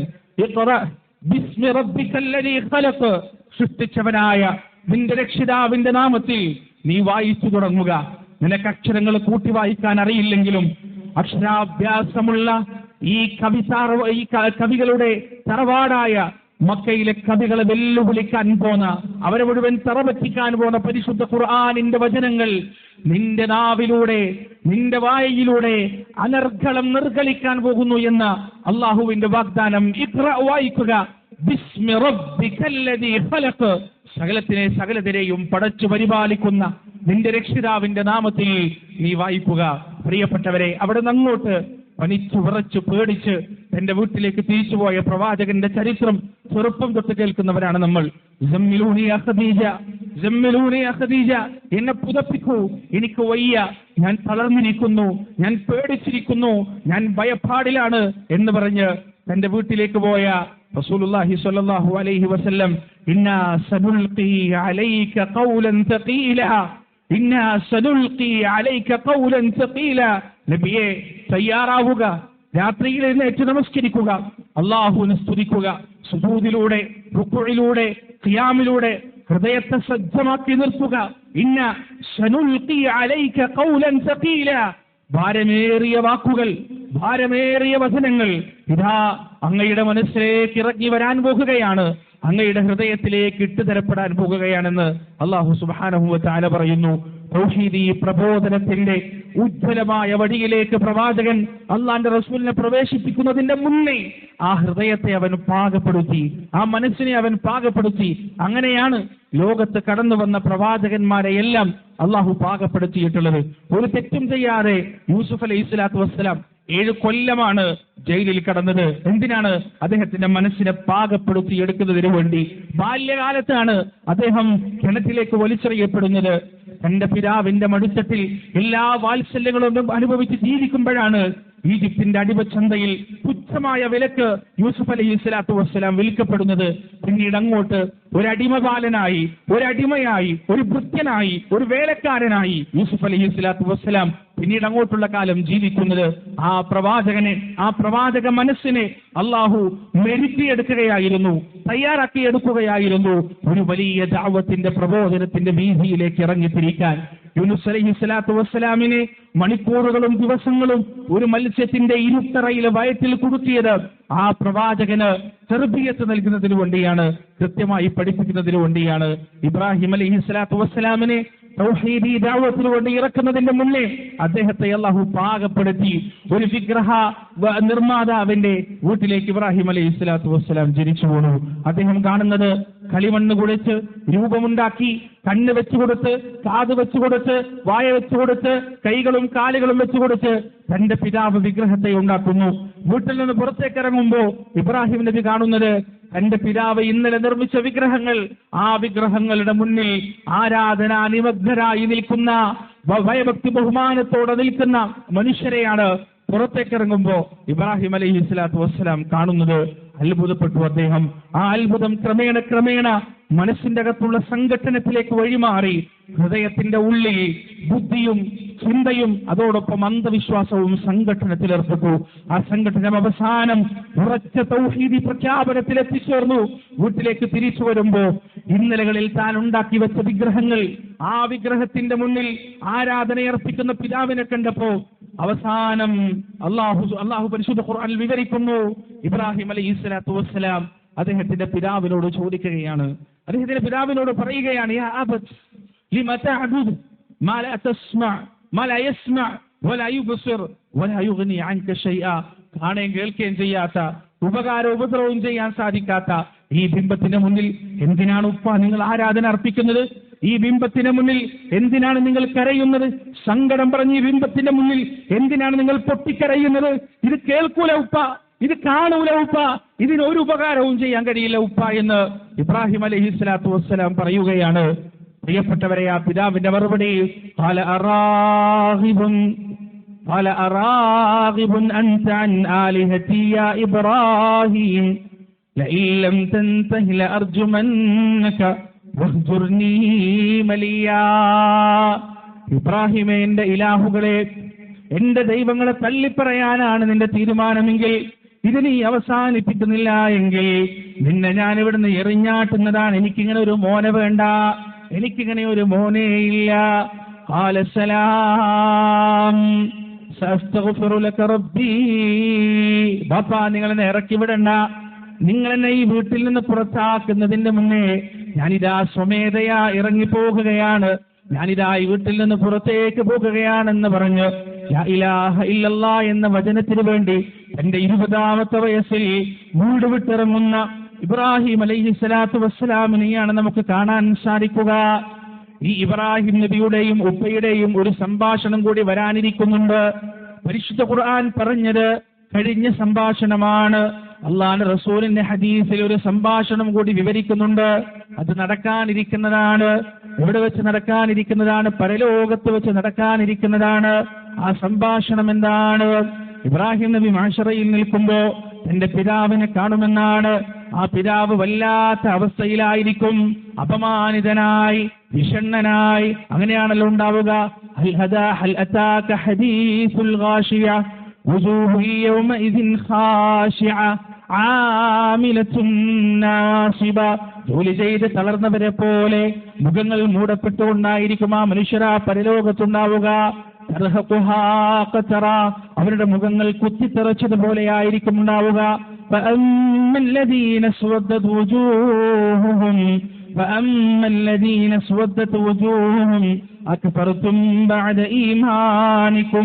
ഈമാൻ വന്നെത്തിയതിനു ശേഷവും അവിശ്വസിച്ച ആളുകളുണ്ടല്ലോ, അവരുടെ മുഖങ്ങൾ വിഷമത്താൽ, പേടിയാൽ, ഭയത്താൽ ഇരുണ്ടതായിരിക്കും, ഇരുണ്ടുപോയിട്ടുണ്ടാകും. ആ രീതിയിലായിരിക്കും അവിശ്വാസികളുടെ മുഖം മുഴുവൻ ഉണ്ടാവുക. ഇബ്രാഹിം അലൈഹിസ്സലാത്തു വസ്സലാമിന്റെ ഉപ്പാന്റെ മുഖവും ബാപ്പാന്റെ മുഖവും അതുപോലെ തന്നെയാണ് ഉണ്ടാവുക. ഈ ഉപ്പയും മകനും മഅ്ശറയിൽ വെച്ച് കണ്ടുമുട്ടുകയാണ്. ഉപ്പ മകനോട് പറയുകയാണ്, ബാപ്പ മകനോട്, ഇബ്രാഹിം നബി തന്റെ ഉപ്പാനോട് പറയുകയാണ്, ഉപ്പ, ഞാൻ നിങ്ങളോട് പറഞ്ഞതല്ലേ, എന്നെ പിൻപറ്റാൻ ഞാൻ നിങ്ങളോട് പറഞ്ഞതല്ലേ, നിങ്ങൾ അറിയാത്തത് ഞാൻ അറിയുന്നു എന്ന് ഉപ്പ ഞാൻ നിങ്ങളോട് പറഞ്ഞതല്ലേ. ഉപ്പാന്റെ ഒരു മറുപടി ഉണ്ട്. എന്താണെന്നറിയുമോ മോനെ? ഇന്നേ ദിവസം നീ എന്ത് പറഞ്ഞാലും ഞാൻ കേൾക്കാം, എന്ത് പറഞ്ഞാലും ഞാൻ അനുസരിക്കാം. ഈ ബാപ്പ നീ പറയുന്ന വഴിയിലൂടെ സഞ്ചരിക്കാൻ തയ്യാറാണ്. ഇബ്രാഹിം നബി അതാ മനസ്സ് വേദനിച്ചുകൊണ്ട് പടച്ച റബ്ബിനോട് പറയുകയാണ്, അള്ളാഹുവിനോട് പറയുകയാണ്, റബ്ബേ, നീ എനിക്ക് വാഗ്ദാനം നൽകിയിട്ടുണ്ട്, നീ എനിക്ക് വഅദ നൽകിയിട്ടുണ്ട്. എന്താണ്? ഈ പരലോകത്ത് വെച്ച് ഈ ഹശ്റിന്റെ മൈതാനിയിൽ വെച്ച് എന്നെ അപമാനിച്ചു കളയില്ല എന്ന്, എന്നെ അപമാനിക്കുകയില്ല എന്ന് നീ എനിക്ക് വാഗ്ദാനം നൽകിയിട്ടുണ്ട്. എന്റെ പിതാവിനെ ഈ രീതിയിൽ കാണുന്നതിനേക്കാൾ അപമാനം മറ്റെന്താണുള്ളത്? ഇതിനേക്കാൾ വലിയ നാണക്കേട് മറ്റെന്താണുള്ളത് എന്ന് ഇബ്രാഹിം അലൈഹിസ്സലാത്തു വസ്സലാം തന്റെ രക്ഷിതാവിനോട് പരാതി പറയുകയാണ്, പരിഭവം പറയുകയാണ്. ആ സമയത്ത് അല്ലാഹു അതാ തിരിച്ചു പറയുന്നു, ഇബ്രാഹിം, നീ അങ്ങയുടെ കാലുകൾക്കിടയിലേക്കൊന്ന് നോക്കുക. അങ്ങനെ അദ്ദേഹത്തിന്റെ കാലുകൾക്കിടയിലേക്ക് നോക്കുമ്പോൾ കിളിപുരണ്ട രീതിയിൽ, വികൃതമായ രീതിയിൽ എന്റെ പ്രിയപ്പെട്ട പിതാവ് രൂപാന്തരം സംഭവിച്ചതായി ഇബ്രാഹിം അലൈഹിസ്സലാത്തു വസ്സലാം കാണുകയാണ്. എന്നിട്ട് ഇബ്രാഹിം നബിയുടെ മുന്നിൽ വെച്ചു തന്നെ ആ പിതാവിനെ, രൂപമാറ്റം സംഭവിച്ച പിതാവിനെ, കോലം മാറിയ പിതാവിനെ നരകത്തിലേക്ക് വലിച്ചെറിയുമെന്ന് പ്രവാചകൻ സല്ലല്ലാഹു അലൈഹി വസല്ലം. നോക്ക് നിങ്ങൾ പ്രിയപ്പെട്ടവരെ, ആരാണ് ഇബ്രാഹിം അലൈഹിസ്സലാത്തു വസ്സലാം? അള്ളാഹുവിന്റെ ഉറ്റ ചങ്ങാതി എന്ന് വിളിക്കപ്പെട്ട, പടച്ചിറപ്പ് തന്റെ ഉറ്റ ചങ്ങാതിയാണെന്ന് പറയപ്പെട്ട ആ മഹാനുഭവനായ ഉലുൽ അസ്മുകളിൽ പ്രധാനിയായ പ്രവാചകൻ. ആ പ്രവാചകന്റെ വാപ്പയായിട്ട് പോലും പരലോകത്തൊരു പരിഗണന പോലും അദ്ദേഹത്തിന്റെ പിതാവിന് ലഭിച്ചില്ല എങ്കിൽ തൗഹീദ് എത്രമാത്രം പ്രധാനമാണ് എന്ന് ഈ ഒരൊറ്റ വിഷയത്തിലൂടെ നമുക്ക് മനസ്സിലാക്കാൻ സാധിക്കും. എത്ര വലിയ പ്രവാചകന്റെ പിതാവായാലും മാതാവായാലും തൗഹീദില്ലാതെ രക്ഷപ്പെടാൻ സാധിക്കുകയില്ല പ്രിയപ്പെട്ടവരെ. മാത്രമല്ല, മാ കാന ലിന്നബി വല്ലദീന ആമനൂ അയസ്തഗ്ഫിറൂ ലിൽ മുശ്രികീന വലൗ കാനൂ ഉലി ഖുർബാ മിൻ ബഅദി മാ തബയ്യന ലഹും അന്നഹും അസ്ഹാബുൽ ജഹീം. അല്ലാഹുവിന്റെ റസൂലിന് പാടുള്ളതല്ല, അദ്ദേഹത്തിന്റെ കൂടെയുള്ള മുഅ്മിനുകൾക്കും പാടുള്ളതല്ല ഷിർക്ക് ചെയ്ത് മരിച്ചുപോയ മനുഷ്യർക്ക് വേണ്ടി പാപമോചനം തേടുക എന്നത് അള്ളാഹുവിന്റെ പ്രവാചകനോ സഹാബത്തോ മുഅ്മിനീങ്ങൾക്കോ പാടുള്ളതല്ല. അത്രമാത്രം ഗൗരവമുള്ള വിഷയമാണ്, അത്രമാത്രം അപകടകരമായ വിഷയമാണ്. സൂറത്തുൽ അനാമിൽ അല്ലാഹു സുബ്ഹാനഹു വ തആല മഹാന്മാരായ ഒരുപാട് പ്രവാചകന്മാരുടെ പേരുകൾ ഇങ്ങനെ വിവരിക്കുന്നുണ്ട്. വവഹബ്നാ ലഹു ഇസ്ഹാഖ വയഅഖൂബ് കുല്ലൻ ഹദൈനാ വനൂഹൻ ഹദൈനാ മിൻ ഖബൽ വമിൻ ദുർരിയ്യതിഹി ദാവൂദ വസുലൈമാന വഅയ്യൂബ വയൂസുഫ വമൂസാ വഹാറൂൻ وكذلك نجزي المحسنين وزكريا ويحيى وعيسى وإلياس كل من الصالحين وإسماعيل واليسع ويونس ولوطا وكلا فضلنا على العالمين. 15-ലധികം പ്രവാചകന്മാരുടെ പേരുകൾ ഇവിടെ എണ്ണി പറയുകയാണ്. എന്നിട്ട് അടുത്ത ആയത്തിൽ അല്ലാഹു പറയുന്നത് എന്താണെന്നറിയുമോ? വലൗ അശ്റകൂ ലഹബിത അൻഹും മാ കാനൂ യഅമലൂൻ. ഇവരെല്ലാവരും ശിർക്ക് ചെയ്താൽ, ഇവരിൽ ആരെങ്കിലും ഒരാൾ അല്ലാഹുവിൽ പങ്കു ചേർത്താൽ ലഹബിത അൻഹും മാ കാനൂ യഅമലൂൻ, അവർ പ്രവർത്തിച്ചതെല്ലാം ബാത്തിലായി പോകുന്നതാണ്. വലഖദ് ഊഹിയ ഇലൈക വഇല الذين من قبلك لئن أشركت ليحبطن عملك ولتكونن من الخاسرين. അങ്ങയ്ക്ക് മുൻപ് കടന്നു വന്ന സകല പ്രവാചകന്മാർക്കും നാം വഹീ നൽകിയിട്ടുണ്ട്, നാം ബോധനം നൽകിയിട്ടുണ്ട്. എന്താണ് ബോധനം നൽകിയത്? ലഇൻ അശ്റക്ത, നിങ്ങൾ ശിർക്ക് ചെയ്താൽ, നിങ്ങൾ അല്ലാഹുവിൽ പങ്കു ചേർത്താൽ ലയഹ്ബതന്ന അമലുക്, നിങ്ങളുടെ അമലുകൾ മുഴുവൻ ബാത്തിലായി പോകുന്നതാണ്. വലതകൂനന്ന മിനൽ ഖാസിരീൻ, നിങ്ങൾ നഷ്ടക്കാരിൽ പെട്ടുപോകുകയും ചെയ്യുന്നതാണ്. നോക്കൂ നിങ്ങൾ പ്രിയപ്പെട്ടവരെ, ഇത്രമാത്രം ഗൗരവമുള്ളൊരു പാപമാണ് ശിർക്ക്. നമ്മുടെ ദഅവത്തിന്റെ വിഷയത്തിൽ, നമ്മുടെ പ്രബോധനത്തിന്റെ വിഷയത്തിൽ പ്രഥമമായി കടന്നു വരേണ്ട വിഷയവും തൗഹീദും ശിർക്കും തന്നെയാണ്. കാരണം അതാണ് ഏറ്റവും വലിയ പാപം, അതാണ് ഏറ്റവും വലിയ തിന്മ. ഈ തൗഹീദ് പറയേണ്ടത് ഏതെങ്കിലും കുറച്ച് മൗല്യമാരോ അറബി കോളേജിൽ കുറച്ച് 1-2 ആൾക്കാരോ അല്ല. കുറച്ച് ഖത്തീബന്മാര്, കുറച്ച് മൗല്യമാര്, കുറച്ച് സലാഹികള്, സലഫികള്, വാസിത്തികള്, അതല്ല, അവർ മാത്രമല്ല തൗഹീദ് പറയേണ്ടത്. സൂറത്ത് യാസീൻ പരിശോധിച്ചാൽ ആ സൂറത്ത് യാസീനിൽ വളരെ കൃത്യമായി അല്ലാഹു സുബ്ഹാനഹു വ തആല 3 പ്രവാചകന്മാരുടെ ദഅവത്തിനെ കുറിച്ച് പറയുന്നുണ്ട്. ആ പ്രവാചകന്മാരങ്ങനെ ദഅവത്ത് ചെയ്യുമ്പോൾ, അവർ വാദപ്രതിവാദങ്ങളുമായി അവരുടെ സമൂഹത്തിൽ അങ്ങനെ മുന്നോട്ട് പോകുമ്പോൾ, ഒരു മനുഷ്യൻ പട്ടണത്തിന്റെ അങ്ങേ അറ്റത്ത് നിന്ന് നടന്നു വരുന്നുണ്ട്. വജാഅ മിൻ അഖ്സൽ മദീനത്തി റജുലു യസ്ആ ഖാല യാ ഖൗമി ഇത്തബിഉൽ മുർസലീൻ. ഇത്തബിഉ മൻ ലാ യസ്അലുകും അജ്റൻ വഹും മുഹ്തദൂൻ വമാ ലിയ ലാ അഅ്ബുദു അല്ലദീ ഫതറനി വഇലൈഹി തുർജഊൻ. സുബ്ഹാനല്ലാഹ്. പട്ടണത്തിന്റെ അങ്ങേയറ്റത്ത് നിന്നൊരു മനുഷ്യനതാ ഓടിക്കിതച്ചുകൊണ്ട് വരികയാണ്. എന്നിട്ട് പറയുകയാണ്, യാ ഖൗമി ഇത്തബിഉൽ മുർസലീൻ, എന്റെ സമുദായമേ, ഈ പ്രവാചകന്മാരെ നിങ്ങൾ പിൻപറ്റുക. ഇത്തബിഉ മൻ ലാ യസ്അലുകും അജ്റൻ വഹും മുഹ്തദൂൻ. ആരാണോ നിങ്ങളോട് പ്രതിഫലം ചോദിക്കാത്തത്, ആരാണോ നിങ്ങളോട് പണം കണക്ക് വരച്ച് പറഞ്ഞു വാങ്ങിക്കാത്തത്, അവരെ നിങ്ങൾ പിൻപറ്റുക. വഹും മുഹ്തദൂൻ, അവരാണ് നിർമാർഗം പ്രാപിച്ച ആളുകൾ.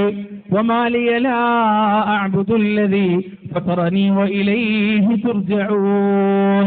എനിക്കെന്താണ്, ഞാൻ എങ്ങനെയാണ് എന്റെ റബ്ബിനെ മാത്രം ആരാധിക്കുക? അവനാണ് എന്നെ പടച്ചത്, അവങ്കിലേക്കാണ് എന്നെ തിരിച്ചുപോക്കും. അത്തഖിദു മിൻ ദൂനിഹി ആലിഹതൻ യുരിദിനിർ റഹ്മാനു ബിദുർരിൻ ലാ തുഗ്നി അന്നി ശഫാഅതുഹും ശൈഅൻ വലാ യുൻഖിദൂൻ. ഞാൻ എന്റെ റബ്ബിനെ അല്ലാതെ മറ്റൊരു ഇലാഹിനെ ഞാൻ സ്വീകരിച്ചാൽ ഞാൻ വലിയ അപരാധക്കാരനായി പോകുമെന്ന കാര്യത്തിൽ യാതൊരു സംശയവുമില്ല. എനിക്കെന്തെങ്കിലും ഒരു ബുദ്ധിമുട്ട് വന്നാൽ, എനിക്കെന്തെങ്കിലും ഒരു പ്രയാസം വന്നാൽ, ആ പ്രയാസം എന്നിൽ നിന്ന് നീക്കിത്തരാൻ എന്റെ റബ്ബിനല്ലാതെ മറ്റാർക്കും സാധ്യമല്ല. ഇന്നി ആമൻതു ബിറബ്ബികും ഫസ്മഊൻ.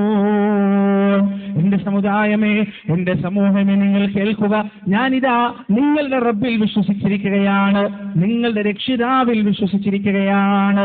ഖീല ദുഖുലുൽ ജന്ന ഖാല യാ ലൈത ഖൗമി യഅലമൂൻ ബിമാ ഗഫറ ലീ റബ്ബി വജഅലനീ മിനൽ മുക്രമീൻ.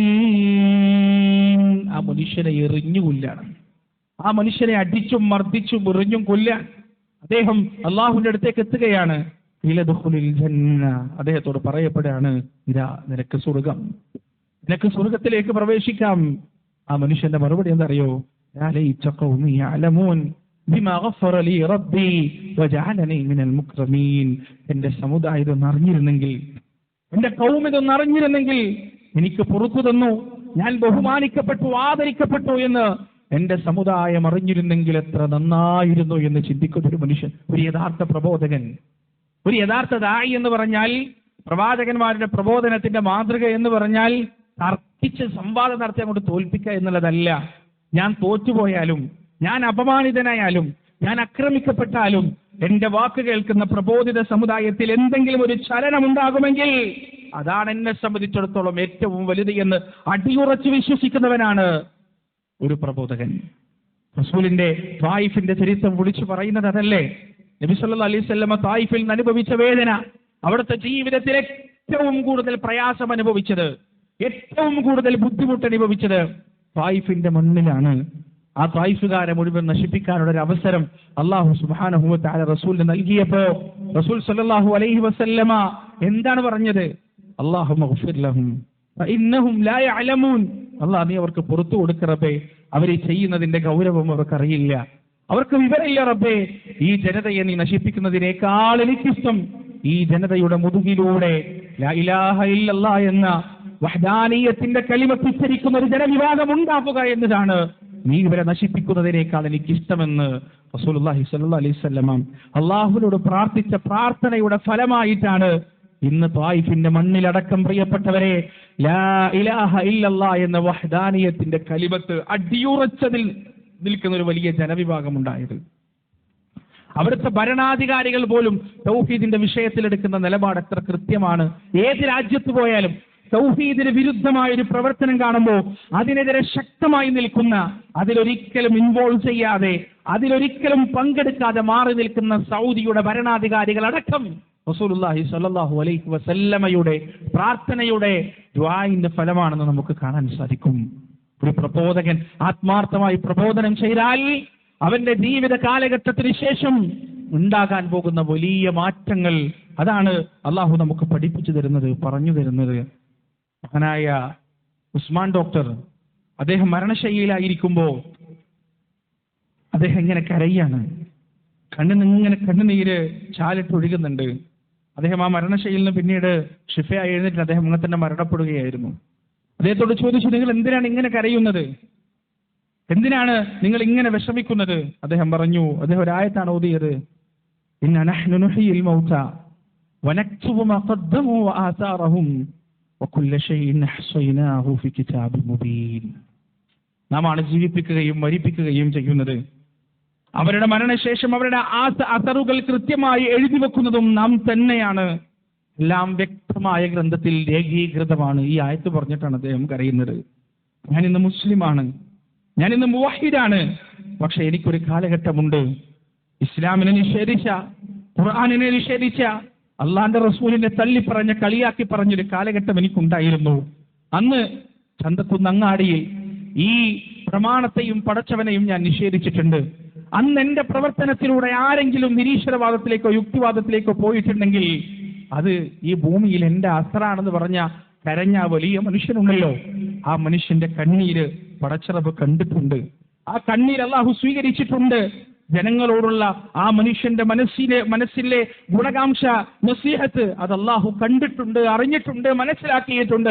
അദ്ദേഹത്തിന്റെ രചനകളിലൂടെയും പുസ്തകങ്ങളിലൂടെയും 10,000 യുക്തിവാദങ്ങൾ ഉപേക്ഷിച്ചിട്ടുണ്ട്. പ്രിയപ്പെട്ടവരെ, ദഅവത്തിന്റെ രീതിയിൽ ആത്മാർത്ഥമായി നാം സജീവമാകുമ്പോൾ നമ്മൾ അറിയാത്ത രീതിയിൽ അള്ളാഹു സുബ്ഹാനഹു വ തആല അതിന് ഫലം നൽകും. അതൊരു പക്ഷേ നമ്മുടെ മരണത്തിന് ശേഷമായിരിക്കും, നമ്മുടെ ജീവിതകാലത്ത് ആവണമെന്നില്ല.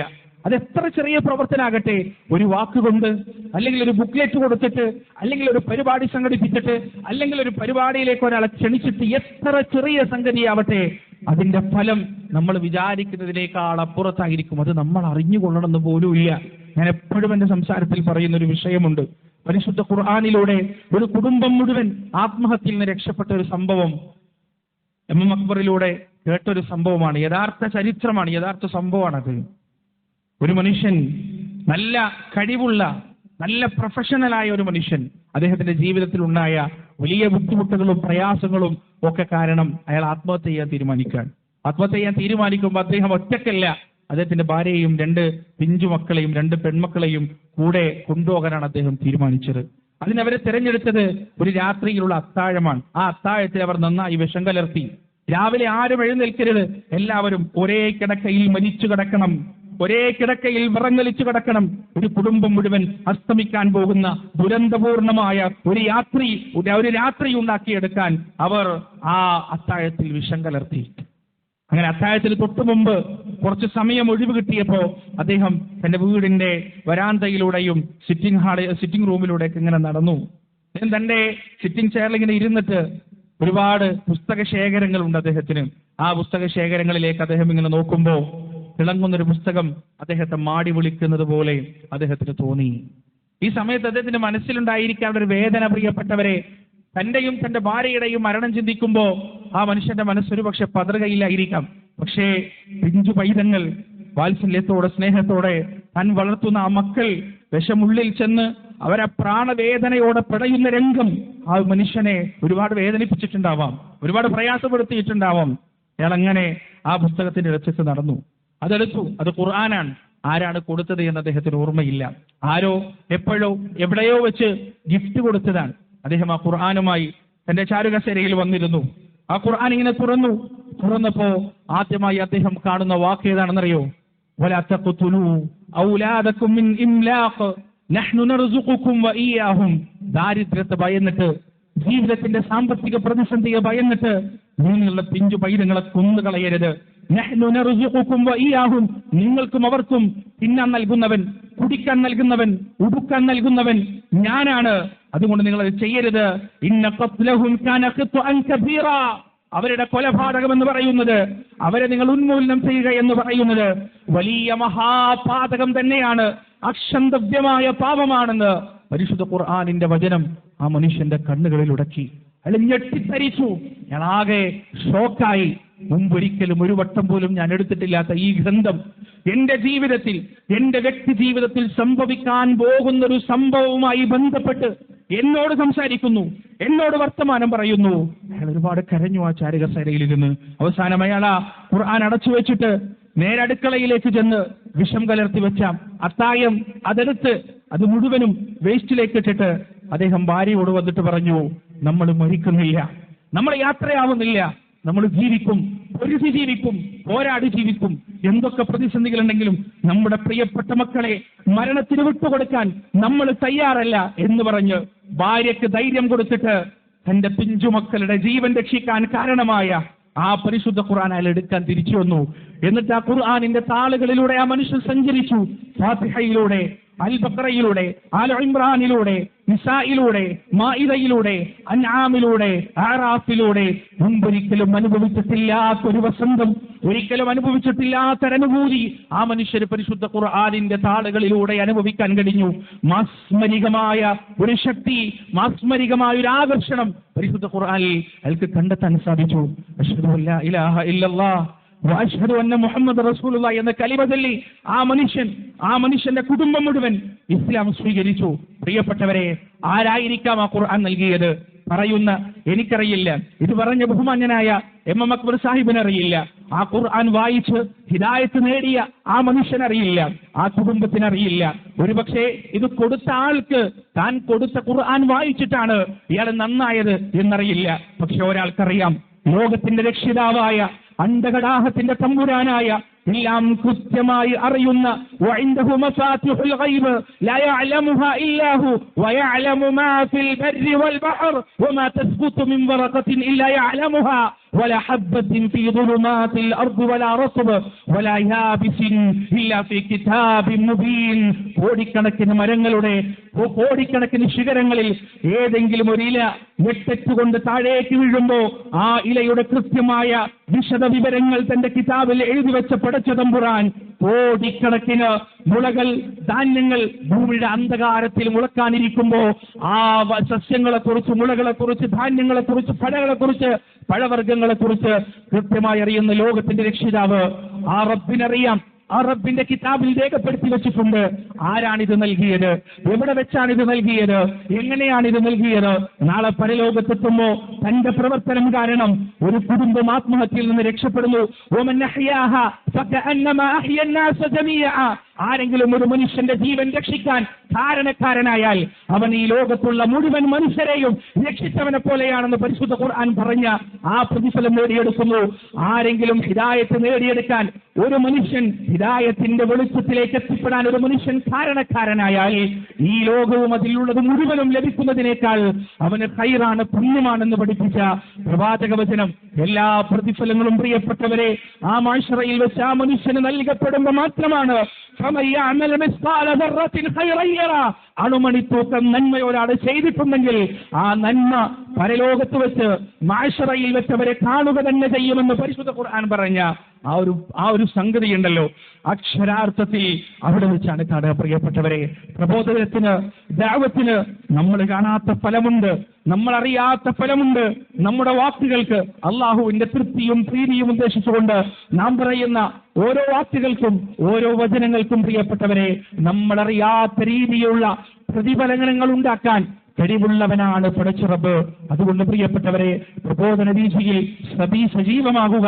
വർഷങ്ങൾക്ക് മുമ്പ് വെസ്റ്റേൺ കൺട്രീസിൽ, പാശ്ചാത്യ രാജ്യത്ത് നടന്ന ഒരു സംഭവം വാട്സപ്പിൽ വന്നൊരു മെസ്സേജാണ്. ഒരു ഒതന്റിക് മെസ്സേജാണ്. പാശ്ചാത്യ രാജ്യത്ത് വളരെ റിമോട്ട് ഏരിയയിലുള്ള ഒരു മനുഷ്യൻ, അദ്ദേഹം ഒരു ഖത്തീബാണ്, ഒരു പള്ളിയിൽ ജോലി ചെയ്യുന്ന മനുഷ്യനാണ്. അദ്ദേഹവും അദ്ദേഹത്തിന്റെ മകനും ഉൾപ്പെടുന്നൊരു സംഭവം വർഷങ്ങൾക്കും, ഏകദേശം എനിക്ക് ഓർമ്മ ശരിയാണെങ്കിൽ 10, 12, 14 വർഷം മുമ്പ് വായിച്ചതാണ്. ഒരുപാട് വേദികളിൽ പറഞ്ഞിട്ടുണ്ട്. അദ്ദേഹം തന്റെ അനുഭവം വിവരിക്കാൻ, അദ്ദേഹം ഒരു ഖത്തീബാണ്, ഒരു പള്ളിയിൽ എല്ലാ വെള്ളിയാഴ്ചയും ആളുകൾക്ക്, വളരെ കുറച്ച് മുസ്ലിങ്ങൾ മാത്രമുള്ള ഒരു ഏരിയ, അങ്ങനെ വെള്ളിയാഴ്ച ജുമാ കഴിഞ്ഞാൽ വളരെ തണുപ്പുള്ള, വർഷത്തിൽ മിക്കവാറും മാസങ്ങളിലും തണുത്തുറച്ചു നിൽക്കുന്ന ആ നാട്ടിൽ അദ്ദേഹം വെള്ളിയാഴ്ച എല്ലാ ഉച്ചയ്ക്ക് ശേഷവും ദാവത്തിന് പോകും. ചെറിയ ബുക്ക്ലെറ്റുകളുമായി തന്റെ ചുറ്റിലും ജീവിക്കുന്ന ക്രിസ്ത്യാനികളോടും അതുപോലെ ആളുകളുമൊക്കെ ദാവത്ത് നടത്തുന്നതിന് വേണ്ടി അദ്ദേഹവും അദ്ദേഹത്തിന്റെ 11 വയസ്സുള്ള മകനും പോകും. അങ്ങനെ ഒരു വെള്ളിയാഴ്ച അദ്ദേഹം ജുമാ കഴിഞ്ഞിട്ട് തിരിച്ചു വന്നപ്പോ മോൻ പറയാണ്, ഉപ്പ നമുക്ക് പോണ്ടേ?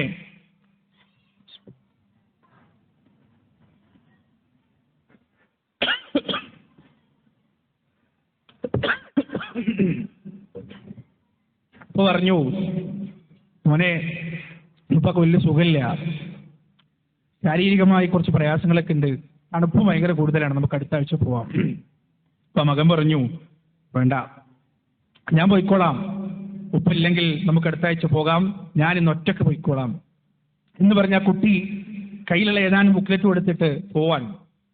നമ്മുടെ മക്കൾക്ക് നാം നടന്ന് കാണിച്ചു കൊടുക്കുന്ന വഴിയുണ്ടല്ലോ, ആ വഴിയിലൂടെ അവർ സഞ്ചരിക്കും. നിങ്ങൾ ഏതെങ്കിലും മൂല്യാരോട് പോയിട്ട് എൻ്റെ മോനൊന്ന് ഉപദേശിക്കണം, മോൻ പറഞ്ഞാലൊന്നും കേൾക്കുന്നില്ല, അയാൾ 10 മണിക്കൂർ ഉപദേശിച്ചിട്ടും കാര്യമില്ല.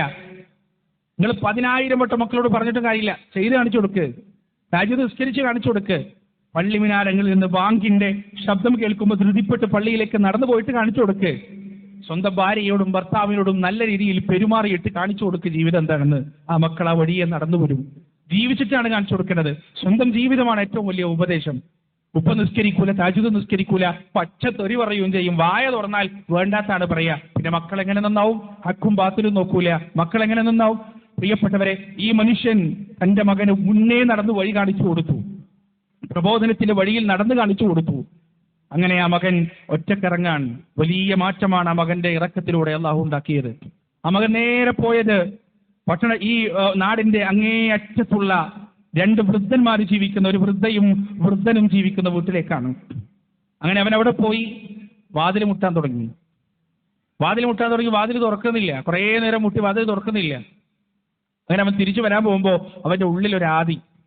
ഉപ്പ പറയുന്നത് കേട്ടിട്ടുണ്ട്, നമ്മൾ ഒരു പക്ഷേ മനമെടുത്ത് തിരിച്ചു പോകുമ്പോൾ ആ തിരിച്ചു പോക്കുകൊണ്ട് ചിലപ്പോൾ ഒരാൾക്ക് ഹിദായത്ത് നഷ്ടപ്പെട്ടാലോ എന്ന് ഉപ്പ പറയുന്നത് കേട്ടിട്ടുണ്ട്. വീണ്ടും തിരിഞ്ഞു നിന്നിട്ട് ആ വാതിൽ കൊട്ടാൻ തുടങ്ങി. വീണ്ടും ഒരുപാട് കൊട്ടിയപ്പോൾ വാതിൽ തുറന്നു. മുഖമെല്ലാം ചുക്കിച്ചുളിഞ്ഞ് കണ്ണിന്റെ കാഴ്ച നഷ്ടപ്പെട്ട പരുവരുത്ത ശബ്ദത്തിൽ സംസാരിക്കുന്ന ഒരു വൃദ്ധയായ ഒരു മുത്തശ്ശി. അവർ ചോദിച്ചു, എന്താ മോനെ? അവൻ പറഞ്ഞു, ഒന്നുമില്ല, ഈ പുസ്തകം നിങ്ങൾക്ക് തരാൻ വന്നതാണ്, ഇതൊന്ന് നിങ്ങൾ വായിച്ചു നോക്കണം. അങ്ങനെ ആ പുസ്തകവും ആ സ്ത്രീയുടെ കയ്യിലേക്ക് കൊടുത്ത ആ മകൻ, ആ കുട്ടി തിരിച്ചുപോയി. 2 ആഴ്ച കഴിഞ്ഞു. പിറ്റേന്ന് വെള്ളിയാഴ്ച ജുമാ നമസ്കാരം കഴിഞ്ഞ് ആളുകൾക്ക് എന്തെങ്കിലും സംശയം ഉണ്ടെങ്കിൽ ചോദിക്കാനുള്ള അവസരം കൊടുത്ത് ഖത്തീബ് ഇങ്ങനെ കാത്തു നിൽക്കുമ്പോൾ സ്ത്രീകളുടെ ഭാഗത്ത് നിന്ന് പിറകെ നിന്ന് പരുപരുത്തൊരു ശബ്ദം, ഒരു വൃദ്ധയായ സ്ത്രീയുടെ ശബ്ദം. അവർ പറഞ്ഞു, എനിക്ക് കുറച്ച് കാര്യങ്ങൾ നിങ്ങളോട് പറയാനുണ്ട്, എനിക്ക് അവസരം തരണം. ഖത്തീബ് പറഞ്ഞോളൂ, കുഴപ്പമില്ല. ആ സ്ത്രീ സംസാരിക്കാൻ തുടങ്ങി. ഏതാനും ആഴ്ചകൾക്ക് മുന്നെയാണ് എൻ്റെ ഭർത്താവ് മരണപ്പെട്ടത്. ഞാൻ ഒറ്റക്കായി, ഞങ്ങൾക്ക് മക്കളില്ല, കുടുംബക്കാരാരുമില്ല. എൻ്റെ ഭർത്താവിൻ്റെ വേർപാട് എന്നെ ഒരുപാട് പ്രയാസപ്പെടുത്തി, ബുദ്ധിമുട്ടിച്ചു. അവസാനം ഞാൻ മരിക്കാൻ തീരുമാനിച്ചു. ആർക്കും വേണ്ടാത്ത ഞാൻ എന്തിനി ജീവിക്കണം? ആർക്കും ഒരു ഉപകാരമില്ലാത്ത ഞാൻ എന്തിനൊരു ഭൂമിക്ക് ഭാരമായിട്ട് നിലനിൽക്കണം എന്ന് ചിന്തിച്ച് ഞാൻ മരിക്കാൻ തീരുമാനിച്ചു. 2 ആഴ്ച മുമ്പുള്ള വെള്ളിയാഴ്ചയാണ് ഞാൻ എൻ്റെ മരണത്തിന് വേണ്ടി തെരഞ്ഞെടുത്തത്. അങ്ങനെ ഞാൻ ആത്മഹത്യക്ക് ഒരുങ്ങുമ്പോൾ പതിവില്ലാതെ ആരോ എൻ്റെ വാതിൽ വന്ന് കുട്ടി. ഞാൻ കൊട്ടു നിൽക്കട്ടെ എന്ന് വിചാരിച്ചു. കാരണം മരണത്തിന്റെ സമയത്ത് എൻ്റെ ഞെരക്കങ്ങളോ എൻ്റെ ശബ്ദങ്ങളോ കേട്ട് അയാൾ വാതിൽ തള്ളി തുറന്ന് രക്ഷിച്ചാലോ വീണ്ടും ഈ ദുരിതം പിടിച്ച ജീവിതം ഞാൻ മുന്നോട്ടുണ്ടോണ്ടേ, അതുകൊണ്ട് ആ കൊട്ടൊന്ന് നിൽക്കട്ടെ എന്ന് ഞാൻ വിചാരിച്ചു. കുറച്ച് കഴിഞ്ഞപ്പോൾ ആ കൊട്ടു നിന്നു.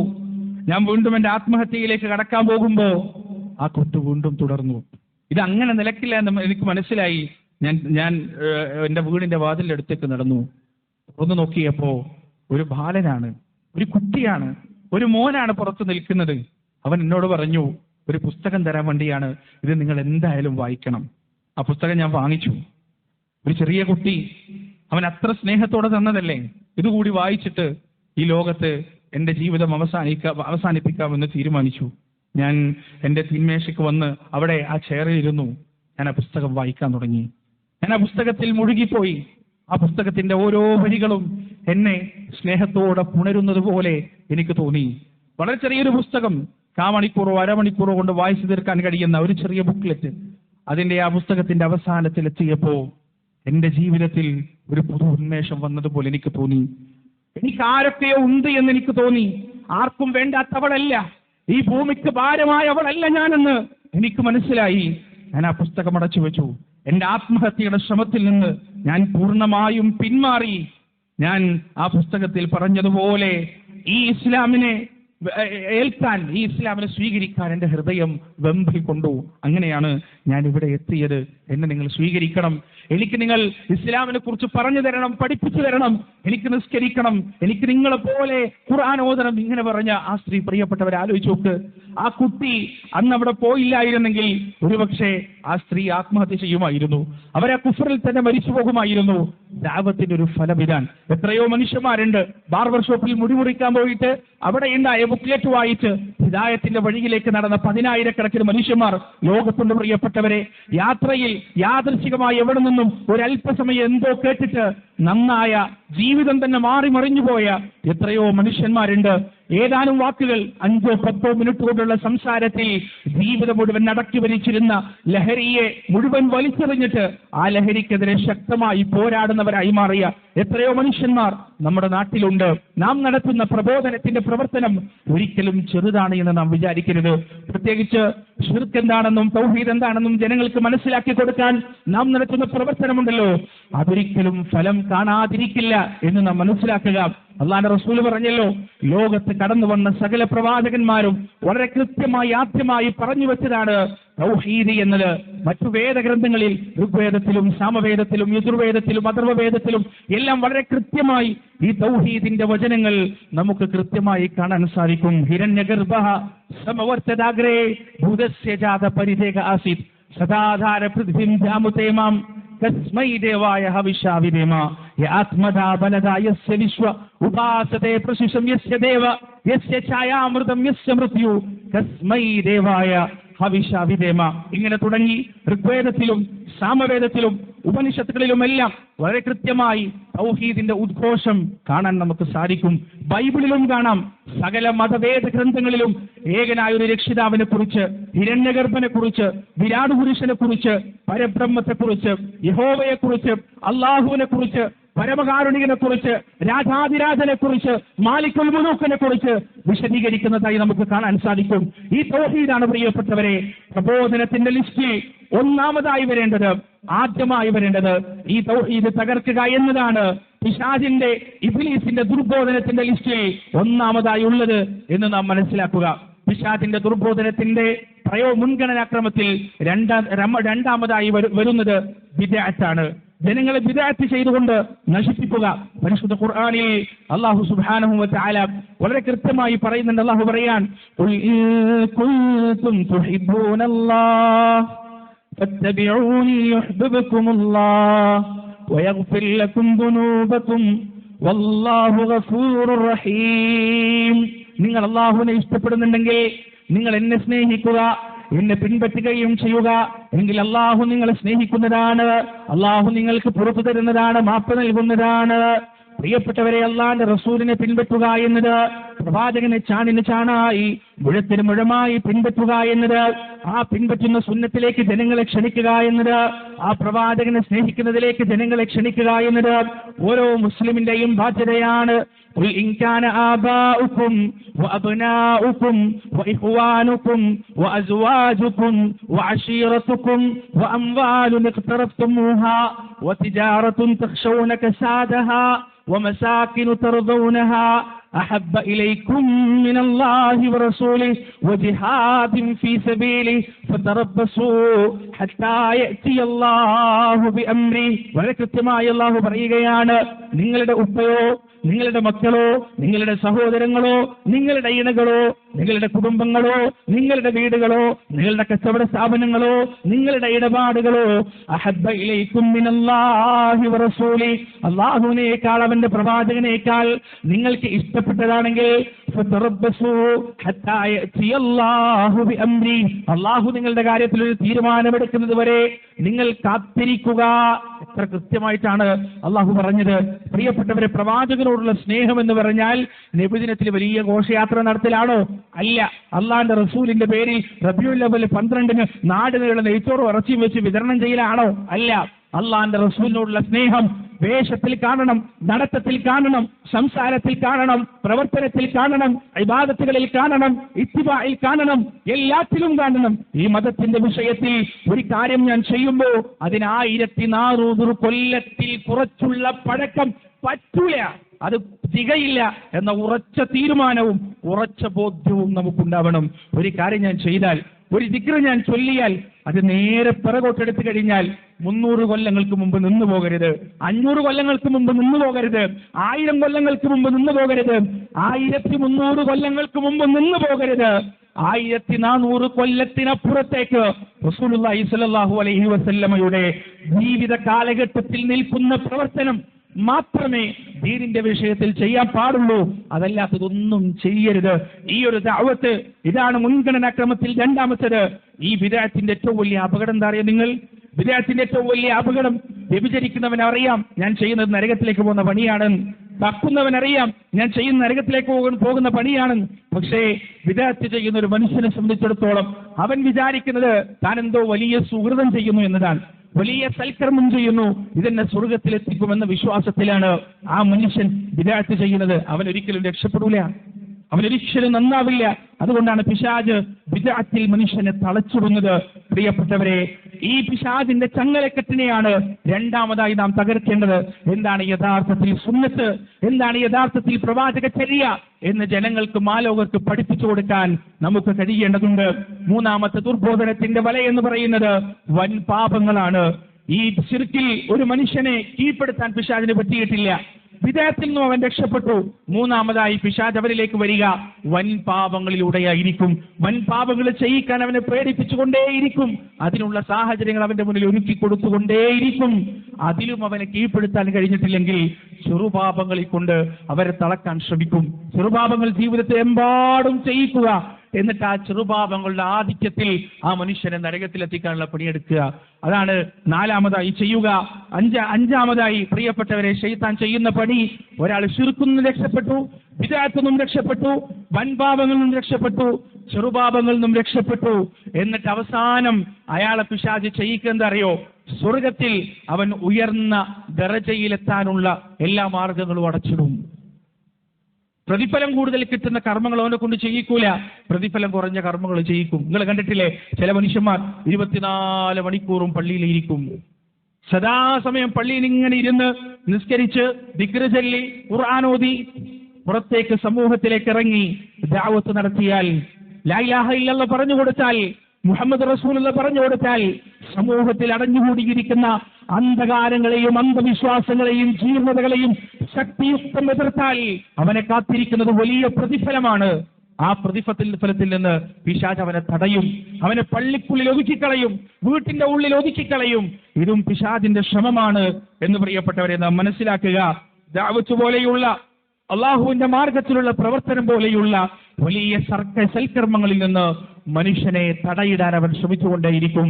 ഇതിലൊന്നും ഒരു മനുഷ്യനെ കീഴ്പ്പെടുത്താൻ സാധിച്ചില്ല എങ്കിൽ പിന്നീട് അവൻ അവന്റെ അഹ്ലുകാരെ, അവന്റെ സ്വന്തക്കാരെ ഈ മനുഷ്യനെതിരെ തിരിച്ചുവിടും. ഇയാളുടെ ജീവിതത്തിൽ ടോർച്ചടിച്ചു നോക്കാൻ ആളുണ്ടാവും. തൗഹീദ് കൃത്യമാണ്, സുന്നത്ത് കൃത്യമാണ്, വൻപാപങ്ങളില്ല, ചെറുപാപങ്ങളില്ല, ദീനിന്റെ മാർഗത്തിലൊക്കെ സജീവമാണ്. മനുഷ്യന്റെ ജീവിതത്തിൽ ടോർച്ചടിച്ചു നോക്കാൻ തുടങ്ങും. എന്തെങ്കിലും കുഴപ്പമുണ്ടോ, എന്തെങ്കിലും പ്രശ്നമുണ്ടോ? ഒരു ചെറിയ കറുത്ത കുത്ത് കണ്ടു കഴിഞ്ഞാൽ അതെടുത്ത് വലിയ ബ്ലാക്ക് ഹോളായി അവതരിപ്പിക്കും, അവനെ ആക്രമിക്കും, ഉപദ്രവിക്കും. പ്രിയപ്പെട്ടവരെ, മഹാനായ ഇമാം ബുഖാരി റഹിമഹുല്ലാഹ് അദ്ദേഹമൊക്കെ അദ്ദേഹത്തിന്റെ ജീവിതത്തിന്റെ അവസാന കാലത്തിൽ പറഞ്ഞു പോയിട്ടുണ്ട്, റബ്ബേ, ഒരു മുസ്ലിം, ഒരു മുഅ്മിൻ അവസാനം മാത്രം പറയാൻ പറ്റുന്ന ഒരു വാക്കാണ്, അതൊരു ദുആയാണത്. എന്താണത്? അല്ലാഹുവേ, എനിക്ക് മരണമാണ് ഖൈറെങ്കിൽ എന്നെ നീ മരിപ്പിക്കണേ റബ്ബേ, എനിക്ക് ജീവിതമാണ് ഖൈറെങ്കിൽ എന്നെ നീ ജീവിപ്പിക്കുകയും ചെയ്യണേ റബ്ബേ എന്ന ഒരു മനുഷ്യൻ പരീക്ഷണത്തിന്റെ അങ്ങേ തലയിലെത്തി മാനസികമായി തകർന്ന് തരിപ്പണമായി കഴിഞ്ഞാൽ മാത്രം പ്രാർത്ഥിക്കാൻ പഠിപ്പിച്ച ഒരു പ്രാർത്ഥനയാണിത്. ഇമാം ബുഖാരി റഹിമഹുല്ലാഹ് തന്റെ ജീവിതത്തിൽ അവസാനം ഈ പ്രാർത്ഥന നടത്തിയിട്ടുണ്ട്. ആ പ്രാർത്ഥന നടത്തി അധികകാലം അദ്ദേഹം ജീവിച്ചിട്ടുമില്ല. പ്രിയപ്പെട്ടവരെ, ഇത്തരം പരീക്ഷണങ്ങളിലൂടെ ആ മനുഷ്യന് കടന്നു പോകേണ്ടി വരും. ഈ 6 മുൻഗണനാക്രമം, ഈ 6 പ്രയോറിറ്റി പ്രിയപ്പെട്ടവരെ ഒരു പ്രബോധകൻ എന്ന രീതിയിൽ കൃത്യമായി നാം മനസ്സിലാക്കുക. ആദ്യമായി നാം എതിർക്കേണ്ട തിന്മ എന്ന് പറയുന്നത് ശിർക്കാണ്. രണ്ടാമതായി നാം എതിർക്കേണ്ട തിന്മ എന്ന് പറയുന്നത് ബിദ്അത്താണ്. മൂന്നാമതായി നാം ആളുകൾക്ക് പറഞ്ഞു കൊടുക്കേണ്ട, പ്രബോധനം നടത്തേണ്ട വിഷയം എന്ന് പറയുന്നത് വൻപാപത്തെക്കുറിച്ചും ചെറുപാപത്തെക്കുറിച്ചുമാണ്. അഞ്ചാമതായി ജനങ്ങൾക്ക് പറഞ്ഞു കൊടുക്കേണ്ടത് ഈ പ്രബോധനത്തിന്റെ മഹത്വത്തെക്കുറിച്ചാണ്, ഇതിന്റെ വലിപ്പത്തെക്കുറിച്ചും മൂല്യത്തെക്കുറിച്ചും ഇതിന്റെ ഫലത്തെക്കുറിച്ചുമാണ്.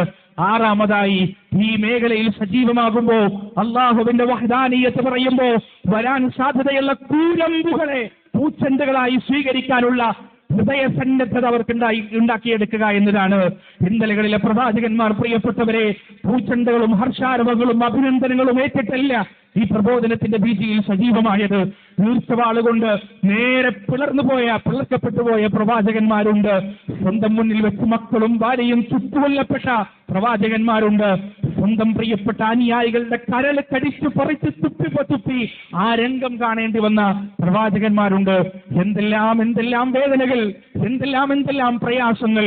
മഹാനായ ബിലാൽ റളിയല്ലാഹു അൻഹു ചൂടുള്ള മരുഭൂമിയിൽ മലർത്തിക്കിടത്തപ്പെട്ട് എനിക്ക് ദാഹിക്കുന്നു, എനിക്ക് വെള്ളം തരൂ എന്ന് പറഞ്ഞപ്പോ കാർത്തിച്ചണ്ണാക്കിലേക്ക് തുപ്പിക്കൊടുത്തപ്പോ ആ ഉമിനീര് പോലും പ്രിയപ്പെട്ടവരെ ദാഹത്തിന്റെ കാഠിന്യം കൊണ്ട് പുറത്തേക്ക് തുപ്പിക്കളയാതെ ഉള്ളിലേക്ക് ഇറക്കിയ ഒരു ചരിത്രം ബിലാലിന് പറയാനുണ്ട്. തന്റെ പുറത്തൊരു പൊടി സ്ഥലം പോലും ബാക്കിയില്ലാത്ത രീതിയിൽ ചുട്ടുപഴുപ്പിച്ച ഇരുമ്പിന്റെ പൊള്ളിയ അടയാളവുമായി ജീവിതകാലം മുഴുവൻ കിടന്ന ഖബ്ബാബ് റളിയല്ലാഹു അൻഹുവിന് അത്തരമൊരു ചരിത്രം പറയാനുണ്ട്.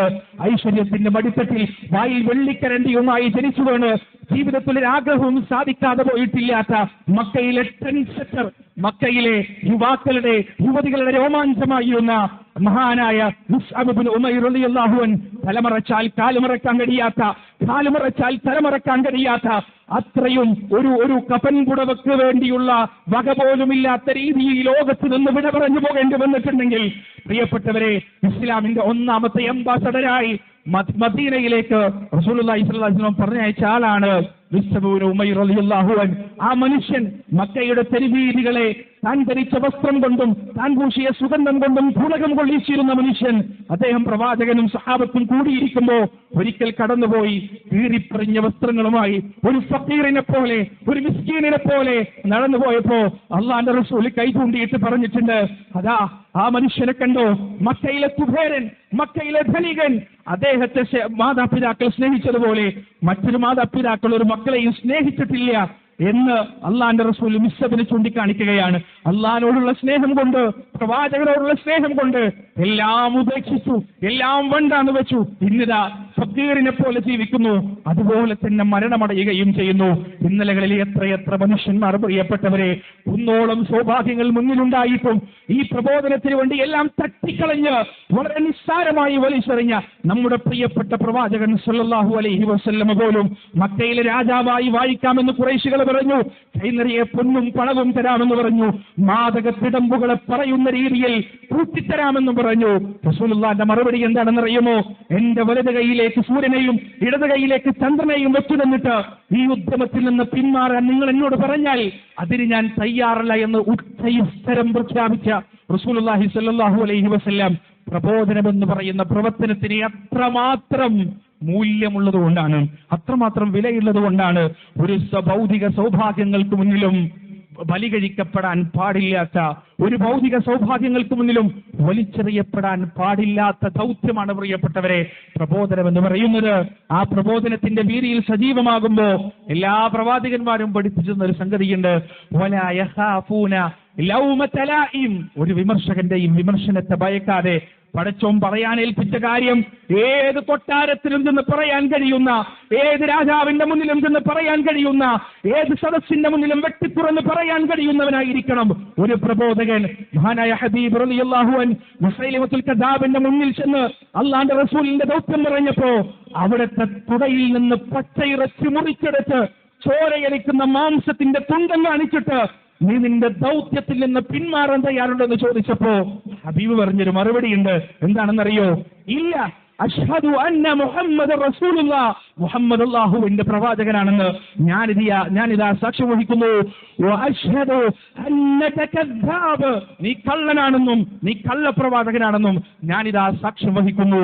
പ്രിയപ്പെട്ടവരെ, വലം യഖ്ശ ഇല്ലല്ലാഹ്, അല്ലാഹുവിനെ അല്ലാതെ മറ്റാരെയും ഭയപ്പെടാത്ത ഒരു പ്രബോധകന്റെ മനസ്സ്, ഒരു പ്രബോധകന്റെ രീതി, എവിടെയും തകരാത്ത, എവിടെയും പതരാത്ത ഒരു പ്രബോധകന്റെ ജീവിതം പ്രിയപ്പെട്ടവരെ അത് നമ്മുടെ ജീവിതത്തിൽ ഉണ്ടാവണം. അതാണ് പ്രവാചകന്മാരുടെ മാതൃക. അവരുടെ ജീവിതങ്ങളിലൂടെ അവർ പഠിപ്പിച്ചു തന്നത്, മനസ്സിലാക്കി തന്നത്, അവരുടെ ജീവിതങ്ങളിലൂടെ അവരിവിടെ എഴുതി വെച്ചുപോയത് ഈ ഒരു ദൗത്യമാണ്, ഈ ഒരു പ്രബോധന മേഖലയാണ് എന്ന് നാം മനസ്സിലാക്കുക. അല്ലാഹു സുബ്ഹാനഹു വ തആല അവന്റെ പ്രബോധനത്തിന്റെ മാർഗത്തിൽ, ഈ പ്രബോധനത്തിന്റെ വീതിയിൽ സജീവമായി മുന്നേറാൻ നമുക്കേവർക്കും തൗഫീഖ് നൽകുമാറാകട്ടെ. ഇന്നലകളിലെ നമ്മുടെ മുൻഗാമികൾ വെട്ടിത്തെളിച്ചു നിന്ന ആ സുന്ദരമായ തൗഹീദിന്റെ പാതയിലൂടെ സഞ്ചരിച്ച് 10,000-കണക്കിന് മനുഷ്യർക്ക് ആ തൗഹീദിന്റെ വെള്ളി വെളിച്ചം എത്തിച്ചു കൊടുക്കാനുള്ള ഭാഗ്യം അല്ലാഹു സുബ്ഹാനഹു വ തആല നമുക്കേവർക്കും നൽകുമാറാകട്ടെ. റബ്ബന ആതിനാ ഫിദ്ദുനിയ ഹസന വഫിൽ ആഖിറതി ഹസനത വഖിനാ അദാബന്നാർ. ربنا تقبل منا إنك أنت السميع العليم وتب علينا إنك أنت التواب الرحيم وآخر دعوانا أن الحمد لله رب العالمين والسلام عليكم ورحمة الله.